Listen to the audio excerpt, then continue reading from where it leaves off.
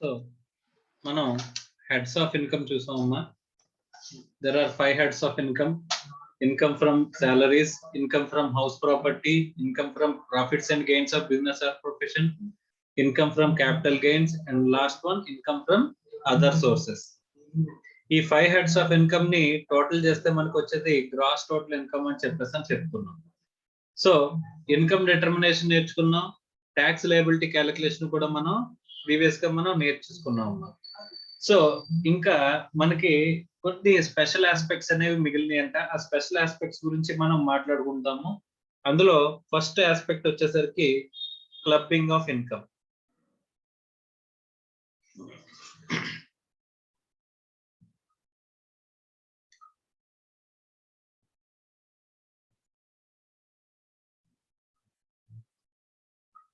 So clubbing of income అంటే ఇది actual గా ఏంటంటేనమ్మా, మన ఇన్కమ్ కాని దాన్ని మన ఇన్కమ్ కింద, అంటే మన ఇన్కమ్ చూడడానికి మన ఇన్కమ్ కింద కాదు, కనిపించదు, కానీ మన ఇన్కమ్ కింద ఇంక్లూడ్ చేస్తారంట. అంటే ఏంటి sir? Income of other persons included in the SSC total income. అంటే అది చూడడానికి వేరే వాళ్ళ ఇన్కమ్ లో కనిపిస్తుంది, కానీ దాన్ని తీసుకొచ్చి మళ్ళీ ఎస్ఎస్సి ఇన్కమ్ లో ఇంక్లూడ్ చేస్తారంట. అలా ఎందుకు ఇంక్లూడ్ చేస్తారు సార్? అలా ఇంక్లూడ్ చేయడాన్ని ఏమంటామా? Clubbing of income. ఏమంటాం? Clubbing of income. కానీ ఎందుకు ఇంక్లూడ్ చేయాల్సి వస్తుంది అనేది ఇక్కడ మేజర్ పాయింట్. సార్ ఇక్కడ ఇలాంటి కాన్సెప్టే మనం ఒక చోట చూసాం.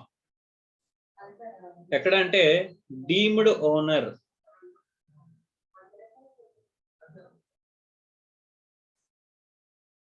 రైట్. సో నేను ఎవరిని అడిగితే వాళ్ళు కొంచెం ఆన్సర్ చేయండి అమ్మా.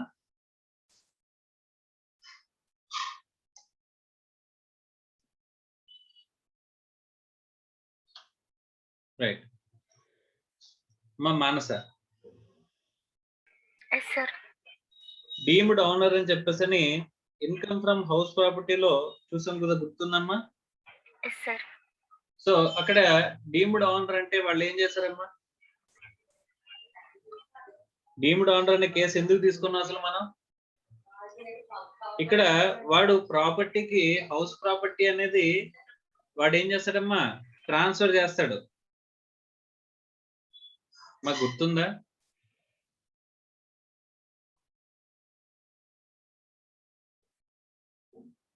అమ్మా వినిపిస్తుందమ్మా?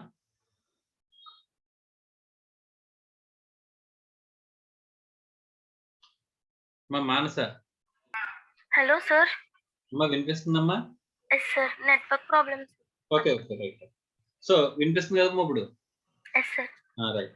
ఇన్కమ్ ఫ్రమ్ హౌస్ ప్రాపర్టీలో సెక్షన్ 27 డీమ్డ్ ఓనర్ గురించి మనం మాట్లాడుకున్నాం, గుర్తుందమ్మా? Yes sir. అందులో property transferred to the spouse. Spouse కి ట్రాన్స్ఫర్ చేసినా సరే దాని మీద ఓనర్ ని, లీగల్ ఓనర్ స్పౌస్ అయినా సరే మనల్ని ఓనర్ కింద భావించి మన చేతిలో ఏం చేస్తాను అంటాడమ్మా? ట్యాక్స్ చేస్తారు sir. Income from house property అనేది ట్యాక్స్ చేస్తానని చెప్పేసి చెప్పడం మనం నేర్చుకున్నాం కదమ్మా? Yes sir. సో అంటే ఆల్రెడీ అక్కడ కూడా మనం చేసింది ఏంటమ్మా?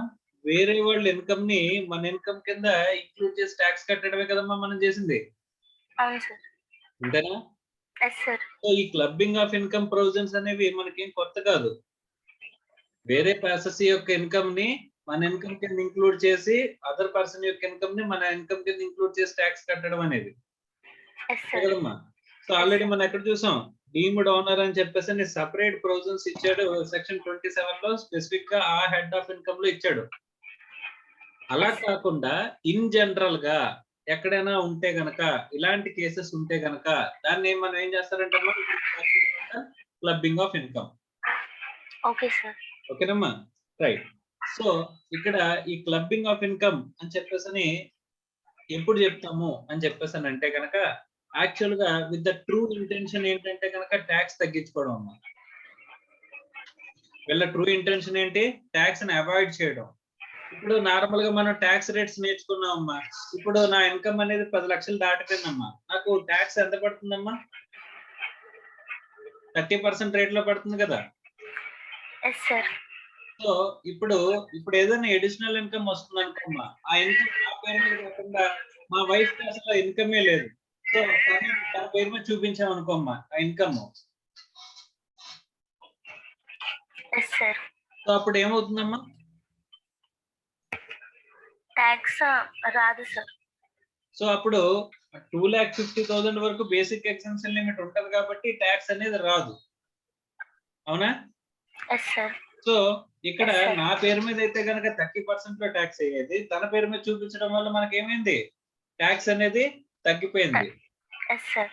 ఓకే, అయితే జీరో ట్యాక్స్ కానీ లేకపోతే అప్ టు 10 lakhs వరకు నాకంటే తక్కువ స్లాబ్ లోనే కదా ఉంటారు. అవును సార్. సో కాబట్టి తక్కువ స్లాబ్ లో ట్యాక్స్ అవ్వడం కానీ జరుగుతుంది. అదే నా చేతిలో వస్తే కనుక నాకు ట్యాక్స్ ప్లస్ మనకి ట్యాక్స్ 30% లో ట్యాక్స్ అయ్యేది ఇక్కడ 0% లో కానీ 10% లో కానీ 5% లో కానీ ఇలా మనకి ట్యాక్స్ అయ్యే అవకాశం అనేది ఉంది. Yes sir. సో ఇలా తగ్గించుకోవడానికి వేరే మార్గాలు వెతికే ఏ కేసెస్ అయినా సరే will be included in the clubbing అమ్మా. Okay sir. ఓకే, అలాగా మనం ఎక్కడెక్కడైతే చేస్తామో కొన్ని సెక్షన్స్ ప్రకారం ఇచ్చి ఆ సెక్షన్స్ కేసులో మనకి ఏమవుతుందంట, క్లబ్బింగ్ అనేది అట్రాక్ట్ అవుతుంది అని చెప్తున్నాడమ్మా. Yes sir. రైట్. సో మనం బౌండరీస్, లిమిట్స్, సెక్షన్స్ చెప్పుకుంటున్నాం కదమ్మా. ఒక్కొక్క హెడ్ కి లిమిట్స్ చెప్పాం కదా. చార్జబుల్ సెక్షన్, సాలరీస్ కి చార్జబుల్ సెక్షన్ చెప్పానమ్మా. 15 సార్. సో రేంజ్ ఎంత, ఎక్కడి నుంచి ఎక్కడి వరకు ఉన్న సెక్షన్స్ అన్ని కూడా సాలరీస్ కి వస్తాయి. 15 to 17 sir. 15 to 17, right. Yes, sir. Income from house property chargeable section 22.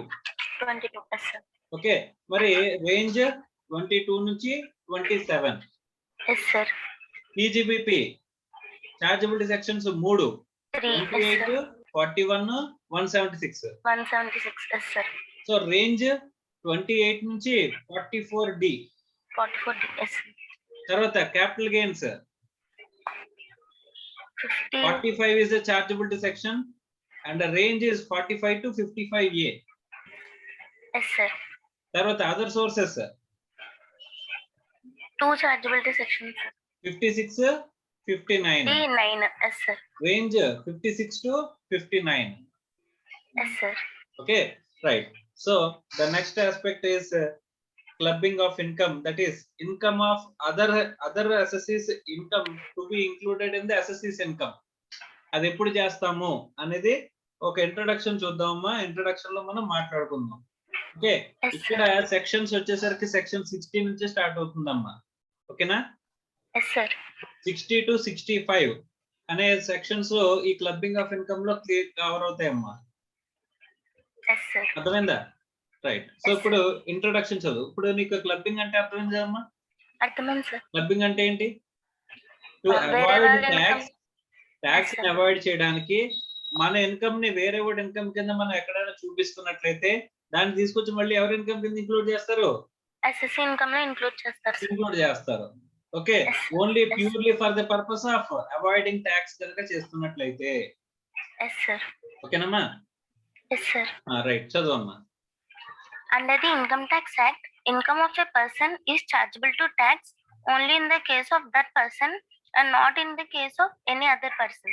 So In ఎవరి certain ఇన్కమ్ cases- వాళ్ళ చేతిలో ట్యాక్స్ చేస్తాం, పక్కన వాళ్ళ చేతిలో ట్యాక్స్ చేస్తాం. ఎక్కడైనా ఎప్పుడో చదువుకున్న దాంట్లో. ఎవరి ఇన్కమ్ వాళ్ళ చేతిలోనే ట్యాక్స్ చేస్తారు. Right. In certain cases, with a view to reduce the tax burden, persons having huge taxable income, main purpose shift- ఏంటమ్మా ఇక్కడ? With a view to reduce the tax burden. the tax burden. Okay. Yes, sir. Huge taxable income may shift a portion of their income to persons who do not have taxable income or are taxable at a lower rate or fall under lower slab rates of taxable income. This may be achieved by transferring or gifting the income generating assets or by increasing the revenue earning capacity of certain family members.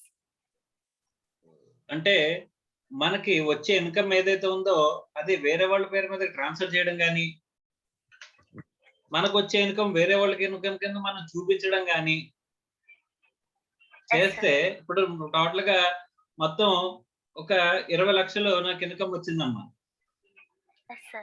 So business income. ఇప్పుడు ఏం చేశానంటే నలుగురు business చేసిన, మా ఇంట్లో నలుగురు business చేసినట్టుగా చూపించి ఒక్కొక్కరి దగ్గర 5 లక్షలు చొప్పున ఇన్కమ్ కింద నేను చూపించాను. Yes, sir. అంటే నేను ఏం చేసినట్టు? ట్యాక్స్ తగ్గించడానికి షిఫ్ట్ చేసినట్టే కదమ్మా. Yes sir. సో అలాంటప్పుడు ఏమవుతుంది? ట్యాక్స్ బర్డెన్ అనేది తగ్గుతుంది అంటే కనుక తగ్గడం కోసం ఎలాంటి ప్లాన్లు వేస్తే కనుక అదేమవుతుందమ్మా? గవర్నమెంట్ కి రెవెన్యూ లాసే కదా. Yes sir. మరి అలాంటి ప్రొవిజన్స్ చూస్తూ ఊరుకుంటారమ్మా? No sir. మరి ఏం చేస్తారు? క్లబ్బింగ్ చేస్తారు. ప్రొటెక్ట్ చేస్తారు కదా. Yes sir. సో ఆ ప్రొటెక్ట్ చేయడానికి ఇన్కార్పొరేట్ చేసిన ప్రొవిజన్సే ఈ క్లబ్బింగ్ ప్రొవిజన్స్. చదవమ్మా. Legislature has considered it appropriate to enact the provisions of section 60 to 65 with a view to check such measures. In view of these provisions, although the income may be derived by a person, it is sought to be clubbed in case of another person and taxed, so as to protect the interest of the revenue. Since clubbing interest of the provisions, revenue అంటే government ని protect చేసుకోవడానికి, వాళ్ళ revenue sources ని protect చేసుకోవడానికి introduce చేసిన provisions అంటే ఇవి. yes sir. Next. Since clubbing provisions uniformly operate both with reference to income as well as loss, sometimes these provisions may be advantageous to taxpayer. The loss of a person having no taxable income or lower slab of taxable income may get shifted to a person who has higher slab of taxable income and therefore may save tax to that extent. ఇక్కడ clubbing అంటే only tax పెరగాలని చెప్పేసి ఆలోచించద్దు. ఇప్పుడు నేను ఈ సంవత్సరం profits distribute చేయడానికి ఈ సంవత్సరం నేను ఏం చేశాను, వేరే వాళ్ళకి ఇన్కమ్ అనేది డిస్ట్రిబ్యూట్ చేశాను. నెక్స్ట్ ఇయర్ లాసులు వచ్చాయి, లాస్ కూడా అలాగే డిస్ట్రిబ్యూట్ అవుతుంది కదా. Yes sir. ఓ ఇన్కమ్ ఎలా క్లబ్ చేస్తున్నారో రేపు పొద్దున్న లాసులు వస్తే లాసులు కూడా ఏం చేస్తారంటే క్లబ్ చేస్తారు. క్లబ్ చేయడం ద్వారా లాసులన్నీ నేను క్లెయిమ్ చేసుకోవచ్చు. Yes sir. దానివల్ల నాకేం రావచ్చు? బెనిఫిట్ వస్తుంది సార్. బెనిఫిట్ వస్తుంది కదా. లాసులన్నీ నాకు బిజినెస్ లాస్ వస్తుంది అయితే నా ఇన్కమ్ నుంచి తగ్గుతాయి కదమ్మా. Yes sir. నాకు వచ్చిన ఇన్కమ్ నుంచి లాస్లు అడ్జస్ట్ అయితే మిగిలిన దాని మీద కదా నేను ట్యాక్స్ కట్టాలి. అవును సార్. అంటే అడ్వాంటేజ్ వచ్చే అవకాశం ఉందా? ఉంది సార్. క్లబ్బింగ్ అనేది ఓన్లీ ట్యాక్స్ వేయడమే కాదు, కావాలంటే అడ్వాంటేజ్ వచ్చే అవకాశం కూడా ఉంటది. ఎప్పుడు in case of losses. Yes sir. ఓకేనమ్మా. Okay sir. రైట్. సో ఇక్కడ ఎన్ని సెక్షన్స్ కవర్ అవుతున్నాయమ్మా? 60 to 65. 60 to 65 అనే దాంట్లో ఏం కవర్ అవుతున్నాయి? క్లబ్బింగ్ ప్రొవిజన్స్ అంతా కూడా ఇక్కడే కవర్ అవుతున్నాయి 60 to 65 లో. Yes sir. ఒక్కొక్క సెక్షన్ గురించి ఇప్పుడు మనం డీటెయిల్ గా మాట్లాడుకుంటే వెళ్దాం అమ్మా. Okay sir. Clear? So for Yes. Introduction అనేది క్లియర్ గా ఉందమ్మా. Yes sir. Right. So next section 60 చదవమ్మా. Clubbing of income where there is no transfer of assets, section 16. Right. Very important. ఒక నిమిషం. సెక్షన్ 60 గురించి చెప్పేటప్పుడు ఇంట్రడక్షన్ లోనే బై నామెన్క్లేచర్ ఇట్ సెల్ఫ్ మనకి ఏం తెలుస్తుందంటే వీడు అసెట్ ట్రాన్స్ఫర్ చేస్తున్నాడంట. చాలా తెలివినోడు. Yes sir. కానీ సారీ, సో ఈ clubbing of income there is no transfer of asset. Income transfer చేస్తున్నాడు అంటే వాడు, కానీ అసెట్ ట్రాన్స్ఫర్ చేయట్లేదంట. ఇప్పుడు మెషినరీ ఇప్పుడు కార్ నా పేరు మీద ఉందమ్మా. Yes sir. కార్ మీద రెంటల్ వస్తుంది. ఆ కార్ నా పేరు మీద ఉంది. కార్ ని రెంట్ కి ఇచ్చాం. Yes sir. I'm having a practice. తర్వాత ఇంకొక నాకు ప్రాక్టీస్ ఉంది, ఇంకొక ఇన్కమ్ కూడా ఇలా ఉన్నాయి. నాకు ప్రాపర్టీ ఇన్కమ్స్ ఉన్నాయి, తర్వాత ఈ ప్రాక్టీస్ మీద ఇన్కమ్ ఉంది. ఇలా ఇన్కమ్స్ అన్ని ఉన్నాయి. ఇప్పుడు కొత్తగా కార్ ని రెంటల్ కి ఇచ్చే బిజినెస్ ఒకటి తగిలింది నాకు. ఒకడు వచ్చి సార్ మీరు కార్ ని కొని నాకు రెంట్ కి ఇచ్చేయండి సార్, నేను ఇంత ఇన్కమ్ ఇస్తాను మీకు నెలకి అని చెప్పేసి చెప్పాడు. Yes sir. ఓకే. ఆ కార్ ఎవరి పేరు మీద ఉందంట? నా పేరు మీద ఉందంట. Yes sir. నేను వాడికి ఇచ్చేసాను. వాడు ఏం చేస్తున్నాడు? రెంట్ పే చేస్తున్నాడు. మళ్ళీ ఆ రెంట్ నా పేరు మీద నాకు వచ్చింది అనుకోమ్మా, అప్పుడు ఏదేమవుతుంది? నాకు వచ్చే ఇన్కమ్ మీద ఎడిషనల్ ఇన్కమ్ కింద అవుతుంది కదా. Yes sir. నాకు వచ్చే ఇన్కమ్స్ ఆల్రెడీ ఉన్నాయి, దాని మీద అడిషనల్ ఇన్కమ్ కింద వస్తుంది కదా అని చెప్పేసి నేనేం చేశానంటే కనుక ఆ ఇన్కమ్ ని మా మిస్సెస్ పేరు మీదకి మార్చాను. బాబు నువ్వు నాకు అకౌంట్ కొట్టకు, రెంట్ మా మిస్సెస్ అకౌంట్ కి పంపించు అని చెప్పేసి నేను తన అకౌంట్ నెంబర్ ఇచ్చాను. వాడు అకౌంట్ ట్రాన్స్ఫర్ చేస్తున్నాడు అమౌంట్. కార్ ఎవరిది? అది మీదే సార్. నా పేరు మీద ఉన్నది. నేను అసెట్ ట్రాన్స్ఫర్ చేసిన కార్ ని మా మిస్సెస్ పేరు మీద పంపించానా? Yes sir. పంపించాను. లేదు సార్, రెంట్ కార్ ని ట్రాన్స్ఫర్ చేయకుండా కేవలం ఇన్కమ్ ని ట్రాన్స్ఫర్ చేశాను నేను. Yes sir. కార్ నా పేరు మీద ఉంది కాబట్టి కార్ మీద వచ్చే ఇన్కమ్ కూడా నా పేరు మీద ఉండాలి. అవును సార్. కానీ కార్ పేరు మీద వచ్చే ఇన్కమ్ ని మాత్రం ట్రాన్స్ఫర్ చేశాను, కానీ కార్ ని ట్రాన్స్ఫర్ చేయలేదు. Yes sir. ఓకే. సో అలాంటి కేసులో క్లబ్బింగ్ చేయాలా అవసరం లేదా? ఇది ప్యూర్ కేసా కాదమ్మా? కేవలం ఈ టాక్స్ ని అవాయిడ్ చేయడానికి నేను చేసిన కేసా కాదా ఇది? అవును సార్. సో అలాంటి దాన్ని ప్రొటెక్ట్ చేయడానికి మనకి క్లబ్బింగ్ ఆఫ్ ది ప్రొవిజన్స్ అనేవి ఇచ్చాడమ్మా. అర్థమైందా? ఎస్ సార్, అర్థమైంది సార్. ఎక్కడైతే ఎస్ఎస్సి అసెట్ ని ట్రాన్స్ఫర్ చేయకుండా ఇన్కమ్ ని మాత్రమే ట్రాన్స్ఫర్ చేస్తాడో అలాంటప్పుడు ఆ ఇన్కమ్ ని తీసుకొచ్చి ఎవరి చేతిలో ట్యాక్స్ చేస్తారంట? ఎస్ఎస్సి చేతిలో ట్యాక్స్ చేయాలి సార్. ఓకే. ఇప్పుడు మళ్ళీ మా మిస్సెస్ చేతిలో కూడా ట్యాక్స్ చేస్తారా? No sir. రిసిపియంట్ కదా. ఆల్రెడీ ఒకసారి ట్యాక్స్ కట్టేస్తారు కదా. ఆ అమౌంట్ మీద మళ్ళీ నా దగ్గరకు ఇన్కమ్ తీసుకొచ్చి ట్యాక్స్ కట్టేస్తున్నప్పుడు మళ్ళీ తన చేతిలో ట్యాక్స్ చేయాల్సిన అవసరం లేదు. Yes sir. ఆ ఇన్కమ్ మీద రైట్ ఎవరికి వస్తుంది? అంటే ఇది అవుట్ ఆఫ్ ఇన్కమ్ ట్యాక్స్ కి సంబంధించింది కాదు, నార్మల్ గా అడుగుతున్నాను. అంటే ఇన్కమ్ ట్యాక్స్ లో ట్యాక్స్ వరకే వాళ్ళు చూస్తారు, ఆ ఇన్కమ్ ఎవరిది ఏంటంటే ఎవ్వరు చూడరు. కానీ జనరల్ గా అవుట్ ఆఫ్ బుక్ మనం మాట్లాడుకునేటప్పుడు ఆ ఇన్కమ్ మీద రైట్స్ కూడా ఉంటాయి కదమ్మా. ఇప్పుడు నా అకౌంట్ లో వేసో నేనే ఖర్చు పెట్టుకుంటానని చెప్పి తను తీసుకుంటుంది అనుకో, అప్పుడు ఎస్ సార్. అప్పుడు నాకు రైట్ ఉంటుందా? నేను ట్యాక్స్ కడుతున్నాను కాబట్టి నాకు రైట్ ఉంటుందా? షీ రిసీవింగ్ కాబట్టి తనకు రైట్ ఉంటుందా? Who have the right? మేడంకే ఉంటుంది సార్. ఎందుకమ్మా?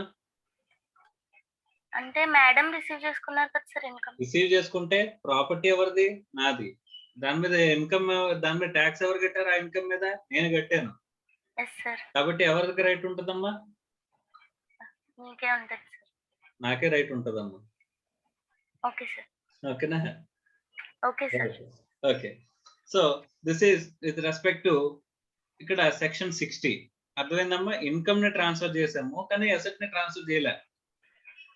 Yes sir. ఫస్ట్ ఇంట్రడ్యూస్ చేసింది ఇదేనమ్మా. అసెట్ ని ట్రాన్స్ఫర్ చేయకుండా ఇన్కమ్ ఎవరైతే ట్రాన్స్ఫర్ చేస్తారో వాళ్ళందరినీ కూడా తీసుకొచ్చి మళ్ళీ వాళ్ళ ఇన్కమ్ లోనే కలిపేస్తామని చెప్పేసి అన్నారు. సెక్షన్ 60 చదువు. According to section 60, their income alone is transferred without transfer of the asset giving rise to such income before or after commencement of this act. It is deemed to be the income of the transferor. It does not matter whether such transfer is revocable or irrevocable. Revocable or example- irrevocable అంటే cancellable or non cancellable. Non-cancelable. Income ని Yes. మళ్ళీ తిరిగి తీసుకుంటానా తిరిగి తీసుకోనా? అమ్మా ఆ డబ్బుల్ని general గా ఏంటి, ఆ డబ్బులు మళ్ళీ నీకే వస్తాయి అనుకుంటే అప్పుడు నీకు బెనిఫిట్ వస్తుంది కాబట్టి నువ్వు ట్యాక్స్ కట్టాలనొచ్చు. Yes, sir. సో కార్ అనేది నేను రెంట్ కి ఇచ్చా, రెంట్ ఇంకో పర్సన్ కి వేసేయమ్మా అని చెప్పేసి నాన్న నా దగ్గర నేను తిరిగి తీసుకోవట్లేదు సార్ అని చెప్పాను. తిరిగి తీసుకుంటున్నావా లేదా అని పట్టించుకోమంట. తీసుకున్నా తీసుకోపోయినా ట్యాక్స్ చేయాలి సార్. తిరిగి తీసుకున్నా తీసుకోపోయినా అంటే అది ఆ ట్రాన్స్ఫర్ అనేది మళ్ళీ రివోకబుల్ అంటే క్యాన్సిలబుల్, మళ్ళీ తిరిగి నాకు వచ్చేస్తుంది ఎప్పటికైనా. ఇర్రివోకబుల్ క్యాన్సిల్ అవ్వదు, ఇంకా అక్కడికే వెళ్ళిపోయిందంటే డబ్బులు తిరిగి రావు నాకు. Yes sir. నీకు ట్రాన్స్ఫర్ అయినా రివోకబుల్ అయినా ఇర్రివోకబుల్ ట్రాన్స్ఫర్ అయినా సరే నువ్వు ఎలా చెప్పినా సరే దాన్ని తీసుకొచ్చి మళ్ళీ నీ ఇన్కమ్ లో ట్యాక్స్ చేయడం ఖాయం. Yes sir. Clear? Clear sir. Right. అంటే జనరల్ గా మనం తప్పించుకోవడానికి ఏం చెప్తాం? సార్ అక్కడ అమౌంట్ నా పేరు మీద ఉందండి, ఆ అమౌంట్ వాళ్ళ దగ్గరికి వెళ్ళిపోయిన మళ్ళీ మనకు రాదు సార్, మనకి ఏదో ఇండైరెక్ట్ బెనిఫిట్ వచ్చేస్తుందేమో మీరు ట్యాక్స్ చేస్తారేమో, ఇండైరెక్ట్ బెనిఫిట్ వస్తుందని కాదు అసలు రాదు మనకి అని చెప్పేసి అన్నా సరే నన్ను ఏమవుదమ్మా? పట్టించుకోరు సార్. పట్టించుకోరు, తీసుకొచ్చి ఏం చేస్తారు? ట్యాక్స్ చేస్తారు. ఎందుకంటే clearly specifies whether such transfer is revocable or It does not irrevocable. matter whether such transfer is revocable or irrevocable. తిరిగి వస్తుందా తిరిగి రాదా అన్నది మాకు సంబంధం లేదు. అక్కడ నీ పేరు మీద ఉన్న అసెట్ మీద ఇన్కమ్ వేరే వాడికి వెళ్తుందంటే దాన్ని తీసుకొచ్చి నీ చేతిలోనే ట్యాక్స్ చేసి తీరుతాము అని చెప్పేసి అంటున్నారమ్మా. Clear? Clear sir. Right. So madam దగ్గర నుంచి నేను డబ్బులు తీసుకున్నా తీసుకోకపోయినా సరే ఏం చేయాలి? నేను ట్యాక్స్ కట్టాలి సార్. ట్యాక్స్ కట్టాల్సిన బాధ్యత మాత్రం నాదే. Yes sir. Clear? Clear sir. Next. So ఇది నెక్స్ట్ ఎగ్జాంపుల్ ఉన్నదమ్మా, ఒక నిమిషం. ఓకే. సో ఎగ్జాంపుల్ అవసరం లేదు. ఈసారి మనం అంటే వాళ్ళు ఇంట్రడ్యూస్ చేసిన ప్రొవిజన్ నుంచి మనం తెలివితేటలు తెచ్చుకోమమ్మా. తెచ్చుకున్నాం. ఏం చేసాం? ఇప్పుడు అసెట్ ట్రాన్స్ఫర్ చేయకపోతే నువ్వు నా దాని చేతిలో ట్యాక్స్ చేస్తానన్నావు, అంతే కదా? ఈసారి అసెట్ ట్రాన్స్ఫర్ చేస్తాను. అసెట్ ట్రాన్స్ఫర్ చేస్తాను, ఇన్కమ్ ట్రాన్స్ఫర్ చేస్తాను. ఇప్పుడు సెక్షన్ 60 ప్రకారం నువ్వు ట్యాక్స్ చేయగలవా? No, sir. సెక్షన్ 60 ప్రకారం ట్యాక్స్ చేయాలంటే కనుక అసెట్ ట్రాన్స్ఫర్ అవ్వకూడదు. అవును సార్. అంతే కదా? మరి ఆ Yes, రూల్ ని sir. మనం ఏంటంటమ్మా, ఏదన్నా సరే మనకు ఒక ప్రొవిజన్ పెట్టారంటే దాంట్లో ఏమి వెతుకుతాం? లూప్ హోల్సే కదా. అవును సార్. మన సెక్షన్ 60లో దొరికిన లూప్ హోల్ ఏంటి? Transfer of assets sir. Transfer చేయకుండా ఉంటే గనక అప్పుడు నీకు ట్యాక్స్ చేస్తాను అన్నాడు. నేను ట్రాన్స్ఫర్ Yes, చేస్తాను, sir. Yes, sir. కానీ తిరిగి తీసుకుంటాను తర్వాత. ఆ ఇన్కమ్ వచ్చిన తర్వాత తిరిగి తీసుకుంటాను నేను. రివోకబుల్. నేను చెప్తాను అడిగి రాసి ఇచ్చేటప్పుడే, కార్ నీకు ట్రాన్స్ఫర్ చేస్తున్నాను కానీ ఈ 10 సంవత్సరాల కాంట్రాక్ట్ అది. ఆ 10 సంవత్సరాల కాంట్రాక్ట్ అయిపోయిన తర్వాత మళ్ళీ తిరిగి కార్ నాకు రాసి ఇచ్చేయాలి అని చెప్పేసి నేను చెప్పాను. Yes, sir. అంటే దాన్ని ఏమంటారమ్మా? రివోకబుల్ అంటారా, ఇర్రివోకబుల్ అంటారా? Revocable sir. ఈ అగ్రిమెంట్ ఎప్పటికైనా క్యాన్సిల్ అవుతుంది. క్యాన్సిల్ అయిన తర్వాత మళ్ళీ నువ్వు ఆ ప్రాపర్టీ నాకే ఇవ్వాలి అని చెప్పేసి చెప్తున్నట్టు. Yes sir. ఎంతమందమ్మా? అర్థమైంది సార్. సో అలా రివోకబుల్ ట్రాన్స్ఫర్ చేశాను నేను. సెక్షన్ 60 రాదుగా? రాదు సార్. రైట్. అంటే లూప్ హోల్ కనిపెట్టి నేను ఒక రివోకబుల్ ట్రాన్స్ఫర్స్ రాయడం మొదలెట్టాను. రివోకబుల్ ట్రాన్స్ఫర్ చేసేసి ఇన్కమ్ ట్రాన్స్ఫర్ చేస్తాను. అప్పుడు నా చేతిలో ట్యాక్స్ అవ్వట్లేదు. హ్యాపీ. ఎన్నాళ్ళు హ్యాపీగా ఉంటానమ్మా? Up to 1 year. 1 year. మన వ్యాలిడిటీ ఎంత? మన చాణక్యానికి, మన తెలివితేటలకి validity 1 year. Yes sir. So next amendment లో ఏమొచ్చింది? సెక్షన్ 61 వచ్చింది. Yes sir. ఏమొచ్చింది? Clubbing of income in case of revocable transfer of assets. Section 61. So clubbing of income in case of revocable transfer of asset. Sir నేను transfer చేశాను sir అంటే, బాబు transfer చేసేవా? Very good. ఆ agreement తీసుకురా అన్నాడు. Agreement తీసుకెళ్తే ఏమన్నా ఉందంటే, ఎప్పటికైనా సరే ఈ అగ్రిమెంట్ క్యాన్సిల్ చేసుకుని నీ దగ్గర నుంచి నేను ఆ ప్రాపర్టీ తిరిగి తీసుకునే రైట్ నాకు ఉంటుందని రాసుకున్నావు. అలా రాయలేదంటే ఎవడొకడికి రాసామనుకో మాట తీసుకుపోతాడు కదా. అవునా? తర్వాత వెళ్ళి అదేట్రా బాబు నాకు ఇచ్చే నేను జస్ట్ నీ పేరు మీద పెట్టాను అంతే కదా అని చెప్తానంటే, ఎవడో నువ్వు అని చెప్పేసి తీసుకెళ్ళిపోతాడు. ఆ ప్రాపర్టీ నాదేని, డాక్యుమెంట్ ఎవరి పేరు మీద ఉంది? నా పేరు మీద ఉంది కాబట్టి నాది అని చెప్పి తీసుకెళ్ళిపోతాడు కదమ్మా. సో అలా తీసుకెళ్ళిపోతాడు కాబట్టి అందుకని చెప్పేసి మనం ఏం చేసాం, అగ్రిమెంట్ లో క్లియర్ గా రాసాం, తిరిగి ఎప్పటికైనా క్యాన్సిల్ చేసిన ఆ ప్రాపర్టీ నాకే చెందుతుంది అని చెప్పేసి. సో అలా రాస్తే కనుక అప్పుడు ఏమవుతుంది? సెక్షన్ 61 లో కవర్ అవుతుంది. సెక్షన్ 61 లో కవర్ అవుతుంది. చదవమ్మా. Where there is a revocable transfer of an asset by a person to another person, any income arising from such asset shall be included in the total income of the transferor and taxed accordingly. So అలా transfer చేసినోడి చేతిలోనే మళ్ళీ tax అవుతుంది అంటే మళ్ళీ తీసుకొచ్చి నా income లోనే club చేస్తారన్నమాట. Yes sir. అర్థమైందా? అర్థమైంది. రైట్ అమ్మా. ఇప్పుడు నేను హౌస్ ఉంది నాకు. Yes sir. హౌస్ మీద రెంట్ అనేది నేను రెంట్ వేరే వాళ్ళకి ట్రాన్స్ఫర్ చేశాను. హౌస్ నా పేరు మీద ఉంది, రెంట్ వేరే వాళ్ళకి ఇమ్మన్నాను. Yes sir. మా బామ్మ ఒకటి ఉంది, దానికి ఇన్కమ్ లేదు. ఓకే, ఆ ఆవిడ బ్యాంక్ అకౌంట్ లో వేసేయండి అని చెప్పేసి చెప్పాను. సో ఇప్పుడు ప్రాపర్టీ నాది కానీ ఇన్కమ్ మాత్రం వాళ్ళ పేరు మీద వస్తుందని చూపిస్తున్నాను. ఇది ఎక్కడ ట్యాక్స్ అవుతుంది? ఇన్కమ్ ఫ్రమ్ హౌస్ ప్రాపర్టీలో డీమ్డ్ ఓనర్ కింద వచ్చే దాంట్లో ట్యాక్స్ అవుతుందా, లేకపోతే క్లబ్బింగ్ లో ట్యాక్స్ అవుతుందా? Clubbing sir. క్లబ్బింగా? Yes sir. క్లబ్బింగ్ ఏనమ్మా? అనుకుంటున్నాను సార్. అనుకుంటున్నావా? సెక్షన్ 27 లో ఇలాంటి కేసు ఎక్కడైనా కవర్ అయిందా?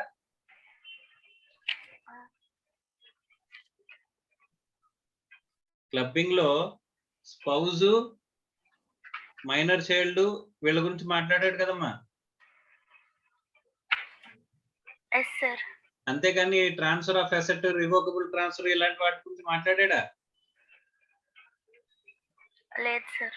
సో కాబట్టి ఇక్కడ వస్తుంది. ఒకవేళ అలాంటివి వస్తే అక్కడ వస్తుంది అమ్మా. ఆ బైఫర్కేషన్ అనేది వెరీ వెరీ ఇంపార్టెంట్. ఆ సెక్షన్ లో కవర్ అవుతుందా, ఇక్కడ సెక్షన్ లో కవర్ అవుతుందా చూడాలి. ఫస్ట్ స్పెసిఫిక్ సెక్షన్ ఏంటమ్మా? Deemed owner. ఎక్కడైనా కేసు పర్ఫెక్ట్ గా డీమ్డ్ ఓనర్ కేసులో కవర్ అయిపోతుంది అంటే కనుక డీమ్డ్ ఓనర్ దాంట్లోనే వస్తుందమ్మా. డీమ్డ్ ఓనర్ లో రానివి ఇది జనరల్ సెక్షన్స్. క్లబ్బింగ్ ప్రొవిజన్స్ ఇవి ఇక్కడ ఏంటి? జనరల్. స్పెసిఫిక్ వర్సెస్ జనరల్ లో ఏ ప్రొవిజన్స్ ఫస్ట్ అప్లికబుల్ అవుతాయి? Specific sir. స్పెసిఫిక్ గా అది డీమ్డ్ ఓనర్ అని చెప్పాడు కాబట్టి డీమ్డ్ ఓనర్ కేసులో కవర్ అవ్వకపోతే అప్పుడు ఇక్కడికి వస్తామమ్మా, అప్పటి వరకు ఇక్కడికి రాము. Yes sir. Clear? Clear sir. Right, very good. So next aspect వచ్చి సెక్షన్ 62 అమ్మా ఇక్కడ రివోకబుల్ ట్రాన్స్ఫర్స్ చేసినా సరే, ఇప్పుడు మనం మాట్లాడుకున్న దాంట్లో రివోకబుల్ ట్రాన్స్ఫర్స్ చేసినా సరే there are certain exceptional cases అంట. Clubbing does not operate, clubbing అనేది అప్లికబుల్ కాని కేసెస్ చెప్తున్నాడమ్మా. మనం ట్రాన్స్ఫర్ చేసింది అలాగా రివోకబుల్ ట్రాన్స్ఫర్ చేసాం. రివోకబుల్ ట్రాన్స్ఫర్ చేసినా సరే అక్కడ ఏం రాదంట, క్లబ్బింగ్ అట్రాక్ట్ అవ్వదంట. అంటే క్లబ్బింగ్ అట్రాక్ట్ అవ్వదంటే ట్రాన్స్ఫర్ చేసిన చేతిలో ఇన్కమ్ కింద ట్రీట్ చేస్తారా? లేదు. తీసుకుని ట్రాన్స్ఫర్ ఎవరికైతే వెళ్ళిందో వాడి చేతిలోనే ఇన్కమ్ కింద ట్రీట్ చేస్తే కేసెస్.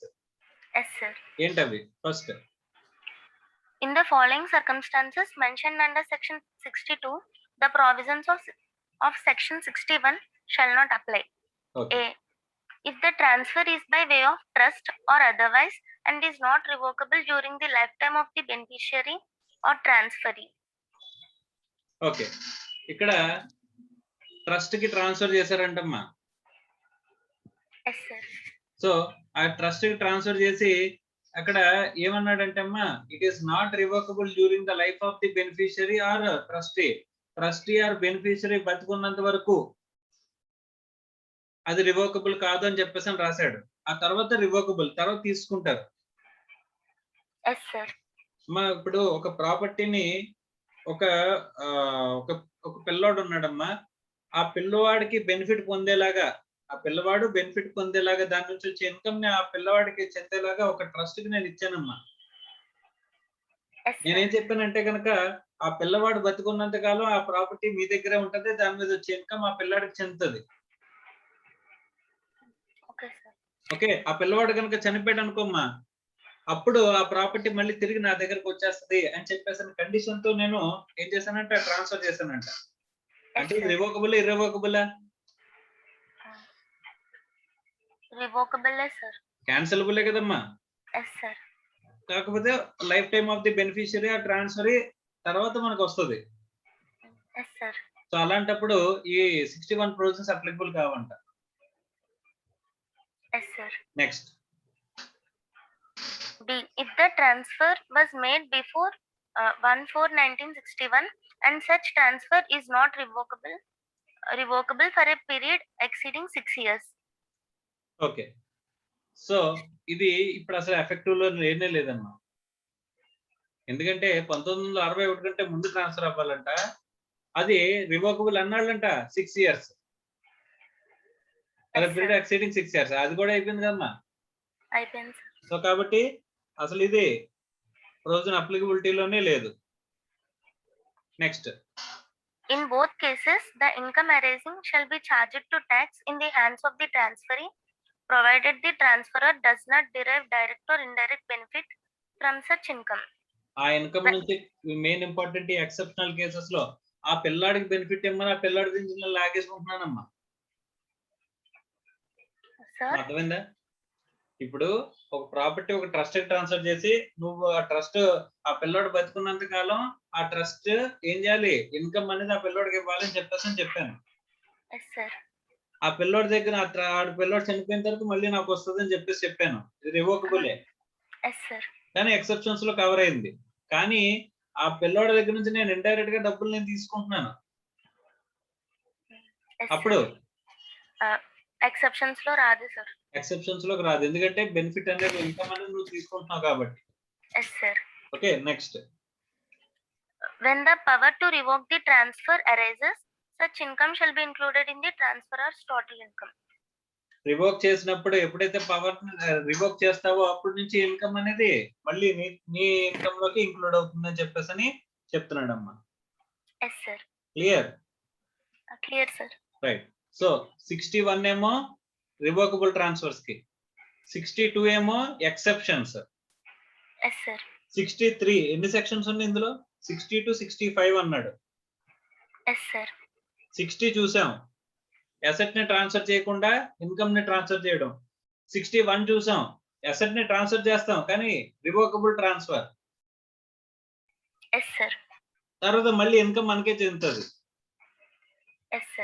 సో అప్పుడు 61 కి ఎక్సెప్షన్స్ 62 లో చెప్పిన ట్రాన్స్ఫర్ రివోకబుల్ ట్రాన్స్ఫర్ డెఫినిషన్స్ 63 అమ్మ. Okay, sir. చదవమ్మా. For the purpose of the above provisions, the term transfer and revocable transfer are defined under section 63 as under: A transfer shall be deemed to be revocable if it contains any provision for the retransfer directly or indirectly of the whole or any part of the income or assets to the transferor, or it gives the transferor a right to reassume power directly or indirectly over the whole or any part of the income or assets. So దీన్ని ఏమంటారమ్మా? Revocable transfer అంటారు. Yes, sir.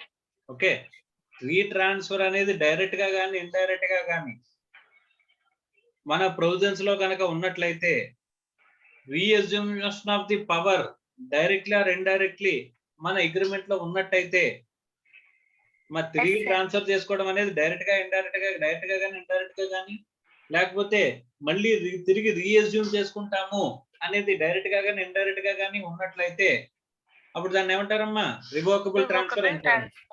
Okay, next. Transfer includes any settlement, trust, covenant, agreement or arrangement.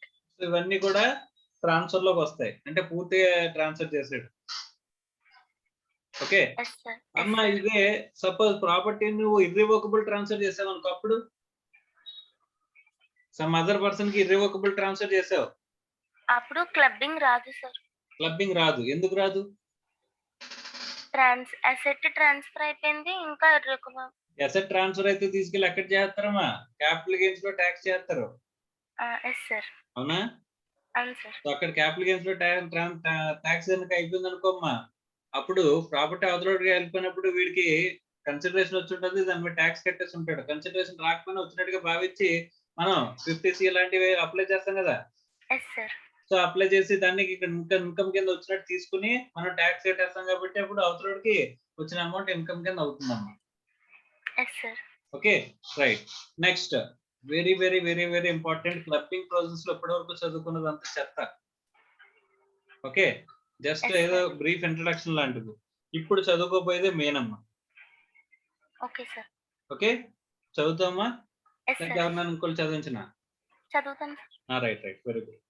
So first next aspect వచ్చి ఇది important అమ్మా. ఇక్కడ నుంచి చాలా జాగ్రత్తగా చూడాలి. ఇక్కడ నుంచి okay, income arising to spouse, son's wife, minor child and HUF to be clubbed. అక్కడ సెక్షన్ 64 లో చెప్తున్నాడమ్మా, ఎవరెవరికి స్పౌస్ కి ట్రాన్స్ఫర్ చేసిన, సన్స్ వైఫ్ కి ట్రాన్స్ఫర్ చేసిన, మైనర్ కి ట్రాన్స్ఫర్, మైనర్ చైల్డ్ కి ట్రాన్స్ఫర్ చేసిన, హెచ్యుఎఫ్ కి ట్రాన్స్ఫర్ చేసిన అని చెప్పేసి అంటున్నాడు. ఇది నువ్వు జాగ్రత్తగా గమనిస్తే ఇంట్లో ఖాళీగా ఉండే వాళ్ళు ఎవరైతే ఉన్నారో వాళ్ళందరికీ గురించి మాట్లాడుతున్నాడమ్మా. ఓకే, సో జనరల్ గా ఇంటి పెద్ద పేరు మీద ఇన్కమ్ ఉంటది. సో వాళ్ళ స్పౌజ్ ఇన్కమ్ లేదనుకో, వాళ్ళ పేరు మీద ట్రాన్స్ఫర్ చేస్తామని చూస్తాం. సో వాళ్ళ ఇన్కమ్స్ తీసుకొచ్చి మన ఇన్కమ్స్ లో ఎక్కడెక్కడ కలుపుతారు అనేది చెప్తున్నాడమ్మా. Okay, right. సో జనరల్ గా ఎవరికి ఇస్తామమ్మా? మనం తెలిసిన వాళ్ళకే కదా ఇస్తాం, మన ఇంట్లో వాళ్ళకే కదా మనం మారుస్తాం ఇన్కమ్ అనేది. బయట ఎవరికైనా మారుస్తామా? బయట ఎవరికైనా కనుక మన ఇన్కమ్ వాడి పేరు మీద పెడితే ఏం చేస్తాడు? తీసుకెళ్ళిపోతాడు కదా. అవునా? తిరిగిస్తాడా? అందుకని చెప్పేసి మనోళ్ళ పేరు మీద పెట్టాలని చూస్తాం. సో అందుకని అలా పెట్టిన కేసెస్ లో ఇక్కడ మనకి ఏం చేస్తున్నాడు? క్లబ్బింగ్ అట్రాక్ట్ చేసే ప్రాసెస్ అనేవి ఇస్తున్నాడు అన్నమాట ఇక్కడ. Okay, right. So first income of spouse. A cases లో స్పౌస్ కి వచ్చిన ఇన్కమ్ ని నా ఇన్కమ్ లోకి ఇంక్లూడ్ చేస్తారు? మీకు అర్థమైందా? సో జనరల్ గా క్లబ్బింగ్ గురించి ఆలోచించి చేస్తే ఒక 2 ఎగ్జాంపుల్స్ చెప్తాను, అప్పుడు ఇన్కమ్ ని ఇంక్లూడ్ చేయాలా లేదా అనేది నువ్వు చెప్పమ్మా. ఓకే, సపోజ్ నా దగ్గర ఫిక్స్డ్ డిపాజిట్ ఒక 20 లక్షలు ఉందమ్మా. దాని మీద ఇంట్రెస్ట్ వస్తుంది నాకు. ఇంట్రెస్ట్ ఇన్కమ్ నా చేతిలో వస్తే ఏమవుతుంది? ట్యాక్స్ పెరిగిపోతుంది. అవును సార్. అందుకోసం అని చెప్పేసని 20 లక్షలు మా వైఫ్ పేరు మీద డిపాజిట్ చేశాను. Yes sir. సో తనకి దాని మీద ఇంట్రెస్ట్ వచ్చింది కదా, ఆ ఇంట్రెస్ట్ తనకి ఇన్కమ్ కింద కనిపిస్తుంది. Yes sir. ఇది ఎవరి ఇన్కమ్ చెప్పు? మీదే సార్. అదే కదా. అలాంటప్పుడు ఆ Yes, sir. ఇన్కమ్ అనేది ఎవరి చేతిలో క్లబ్ చేస్తారు?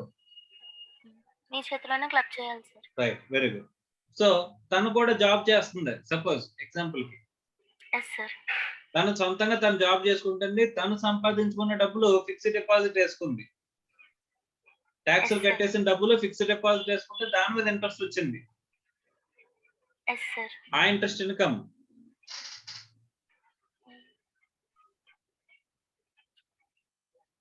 మనకి అర్థమైందా? ఆ ఇంట్రెస్ట్ అర్థమైంది ఇన్కమ్ సార్. ఏం చేయాలి? క్లబ్ చేయాలా? అవసరం లేదా? అక్కర్లేదు అనుకుంటా సార్. నువ్వు అనుకున్నది చెప్పు, ఎందుకనే తర్వాత చూద్దాం. అక్కర్లేదు అనుకుంటున్నాను సార్. అక్కర్లేదని అనుకుంటున్నావు, ఎందుకు? రీజన్? తన కష్టపడి సంపాదించుకున్న డబ్బులు, అంతేనా? Yes sir. Yes sir. అంతేగాని ఊరికనే రాలేదు కదా. అవును సార్. సో ఇందాక డబ్బులు, నా డబ్బులు ఊరికనే ట్రాన్స్ఫర్ అయినాయి. Yes sir. సో అలాంటప్పుడు అక్కడ ఏమవుతుందమ్మా? ట్యాక్సిబుల్ అవుతుంది. నా కేసులో క్లబ్బింగ్ అనేది అట్రాక్ట్ అవుతుంది. కానీ సెకండ్ కేసులో తను కష్టపడి సంపాదించుకొని ట్యాక్స్ కట్టేసిన డబ్బులు కాబట్టి అక్కడ దాని మీద ఇంట్రెస్ట్ ఇన్కమ్ కూడా తనకే వస్తుంది. నాకు క్లబ్బింగ్ అనేది అవసరం లేదు. Yes sir. Clear? Clear sir. Right. Suppose ఇప్పుడు ఒక అసెట్ ఉందమ్మా. ఒక అసెట్ ఏదైతే ఉందో ఆ అసెట్ ని తనకి ట్రాన్స్ఫర్ చేశాను. Yes sir. ఎందుకంటే కనుక అగ్రిమెంట్ టు లివ్ అపార్ట్, అంటే సపరేట్ అయిపోతున్నాం మేము. Yes sir. సపరేట్ అయిపోతున్నప్పుడు ఆ ప్రాపర్టీ ఇవ్వాల్సి వచ్చింది భరణం కింద. Yes sir. సో ప్రాపర్టీ తీసుకెళ్లిపోయింది. ఇప్పుడు దాని మీద ఇప్పుడు 20 లక్షలు డిపాజిట్ అన్నాం కదా, డిపాజిట్ తీసుకెళ్లిపోయింది దాన్ని. మేము విడిపోయాం. Yes sir. సో అప్పుడు దాని మీద సంబంధించిన ఇన్కమ్ నా చేతిలో ఇంకా స్టిల్ క్లబ్ చేస్తారా?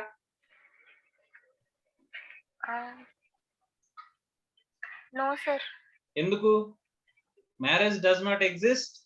సో సపరేట్ అయిపోయాం కాబట్టి ఇక్కడ స్పౌస్ కాదు. Yes sir. కాబట్టి ఇక్కడ ఈ ప్రొవిజన్స్ అప్లికబుల్ కావు. Yes sir. ఓకేనమ్మా? Okay sir. రైట్. నెక్స్ట్, ఇందాక కార్ గురించి మాట్లాడుకున్నాం కదమ్మా. కార్ ని రెంట్కి ఇచ్చాను అని చెప్పి ఆ ఇన్కమ్ గురించి మాట్లాడుకున్నాం కదా. Yes sir.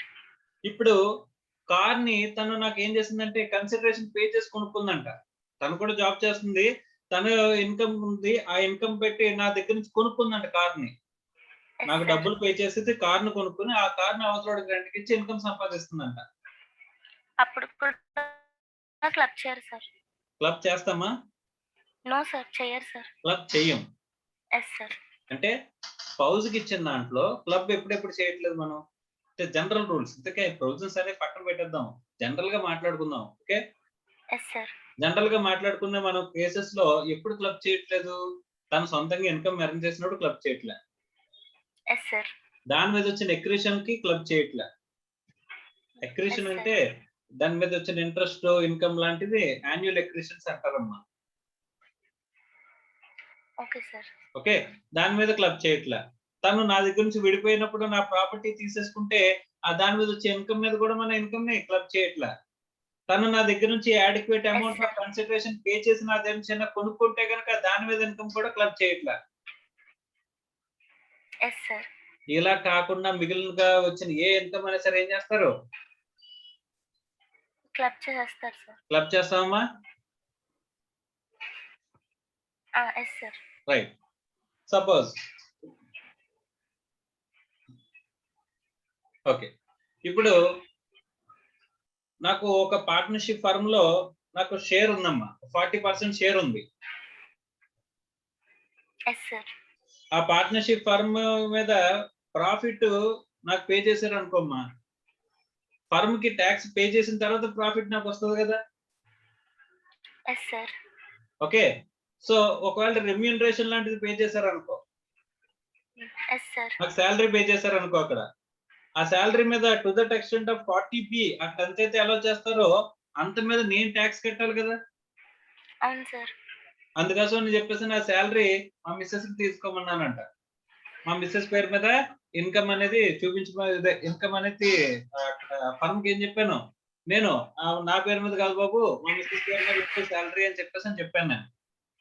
అప్పుడు 40B ప్రొవిజన్స్ అప్లికబుల్ కావు కదా, అవ్వవు సార్. రెస్ట్రిక్షన్స్ ఉండవు కదా. Yes sir. సో నా చేతిలో ట్యాక్స్ కూడా అవ్వదు కదా. క్లబ్ చేయాలనుకుంటా. ఇప్పుడు క్లబ్ చేయాల్సి వస్తుందమ్మా. చేయాలి సార్. చేయాలి. Okay right. సార్. సో ఇప్పుడు ఒకసారి ప్రొవిజన్స్ అనేవి చదువుదాం అమ్మా. Okay sir. అర్థమైందా? చదువు. In computing the total income of any individual, there shall be included all such income arising directly or indirectly to the spouse in the following circumstances. ఈ following circumstances లో వచ్చిన cases లో ఉన్న income అనేది ఏం చేస్తారంట? ఇంక్లూడ్ చేస్తారంట. Yes sir. ఎక్కడెక్కడ? Where salary, commission, fees or any other form of remuneration, whether in cash or in kind, from a concern in which such individual has substantial interest. Substantial interest అంటే 64(1)(2). what is substantial interest? 20% of the voting power or partnership firm లో అయితే share of profit ఉండడాన్ని ఏమంటారమ్మా? కంపెనీలో అయితే కనుక voting power, partnership firm లో అయితే కనుక షేర్ 20% కంటే ఎక్కువ ఉంటే దాన్ని ఏమంటారు? Substantial interest. అలాంటి సబ్స్టాన్షియల్ ఇంట్రెస్ట్ ఉంటే కనుక ఉన్న ఫర్మ్ లో శాలరీ ఆర్ రెమ్యూనరేషన్ ఎవరికి పే చేస్తున్నారంట? స్పౌజ్ కి పే చేస్తున్నారంట, ఇండివిజువల్ పే చేయడం మానేసి. సో అప్పుడు ఏమవుతుందమ్మా? క్లబ్బింగ్ అనేది అట్రాక్ట్ అవుతుంది అని చెప్పేసి చెప్పాడు. Directly or indirectly. Right. Next indirectly అంటే ఎలాగమ్మా? ఇండైరెక్ట్లీ అంటే ఇప్పుడు తనకి కావాల్సిన ఈ మేకప్ కిట్లు, బ్యూటీ పార్లర్ ఖర్చులు, ఇలాంటి ఖర్చులన్నీ కూడా ఫర్మ్ పెట్టేస్తుంది. తను కూడా డబ్బులు తీసుకోవట్లా. అంటే ఇండైరెక్ట్ గా వెళ్ళినట్టే కదా. సో ఇండైరెక్ట్ గా అంటే అవమ్మా. అంటే మన ఖర్చుల్ని వేరే వాడి చేత పెట్టించామనుకో, ఫర్మ్ చేత పెట్టించామనుకోమ్మా, అది ఇండైరెక్ట్ గా మనం తీసుకున్నట్టే కదా. ఫర్మ్ కి బ్యూటీ పార్లర్ ఖర్చులు ఏముంటాయమ్మా? అంతే కదా. అంటే ఎవరో ఒకరి గురించి ఖర్చు పెట్టినట్టు. ఎవరి గురించి ఖర్చు పెట్టినట్టే పర్టికులర్ పర్సన్ కి ఎందుకు ఖర్చు పెడతాం అనేది రీజన్ అన్నమాట. Directly or indirectly. Clear? Clear, sir. Right. Next. Where asset is transferred to the spouse by that individual, otherwise done for adequate consideration or in connection with an agreement to live apart, the income arising from such asset. ఏదైనా asset ని transfer చేస్తాం spouse కి. Yes, sir. Okay, income transfer చేయడం కోసం asset ని కూడా transfer చేస్తాను నేను. Yes, sir. దేనికి? యాడిక్వేట్ కన్సిడరేషన్ కి కాకుండా, are agreement to live apart అంటే విడిపోవడానికి కాకుండా. Yes, sir. సో ఈ రెండు కేసెస్ లో అయితే గనక క్లబ్బింగ్ అట్రాక్ట్ అవ్వదు. అవును సార్. మిగతా కేసెస్ లో క్లబ్బింగ్ అట్రాక్ట్ అవుతుంది. Yes, sir. Okay, clear? Clear, sir. Next. 2. However, where the remuneration is solely attributable to the application of technical or professional qualification, knowledge and experience of the spouse, such remuneration cannot be clubbed. ఆ remuneration కనుక దేని వల్ల వస్తాయంట? Profession or qualification or knowledge. అంటే వాళ్ళు అక్కడ పని చేయడం ద్వారా, షీఈస్ వర్కింగ్ దేర్, నిజంగా వర్క్ చేస్తుంది, she's getting salary, she has that qualification to earn that amount. yes sir. ఉంటే కనుక అప్పుడు ఏమవుతుందంట? క్లబ్బింగ్ అట్రాక్ట్ అవ్వదు సార్. క్లబ్బింగ్ అనేది అట్రాక్ట్ అవ్వదు. Next. where both husband and wife have substantial interest in a concern and both are in. ఇక్కడ tricky situation. ఏదైతే firm గురించి మాట్లాడుతున్నామో ఆ ఫర్మ్ లో హస్బెండ్ కి 20% కంటే ఎక్కువ ఉంది, వైఫ్ కూడా 20% కంటే ఎక్కువ ఉంది. yes sir. ఇప్పుడు ఎవరి చేతిలో క్లబ్బింగ్ చేస్తాం?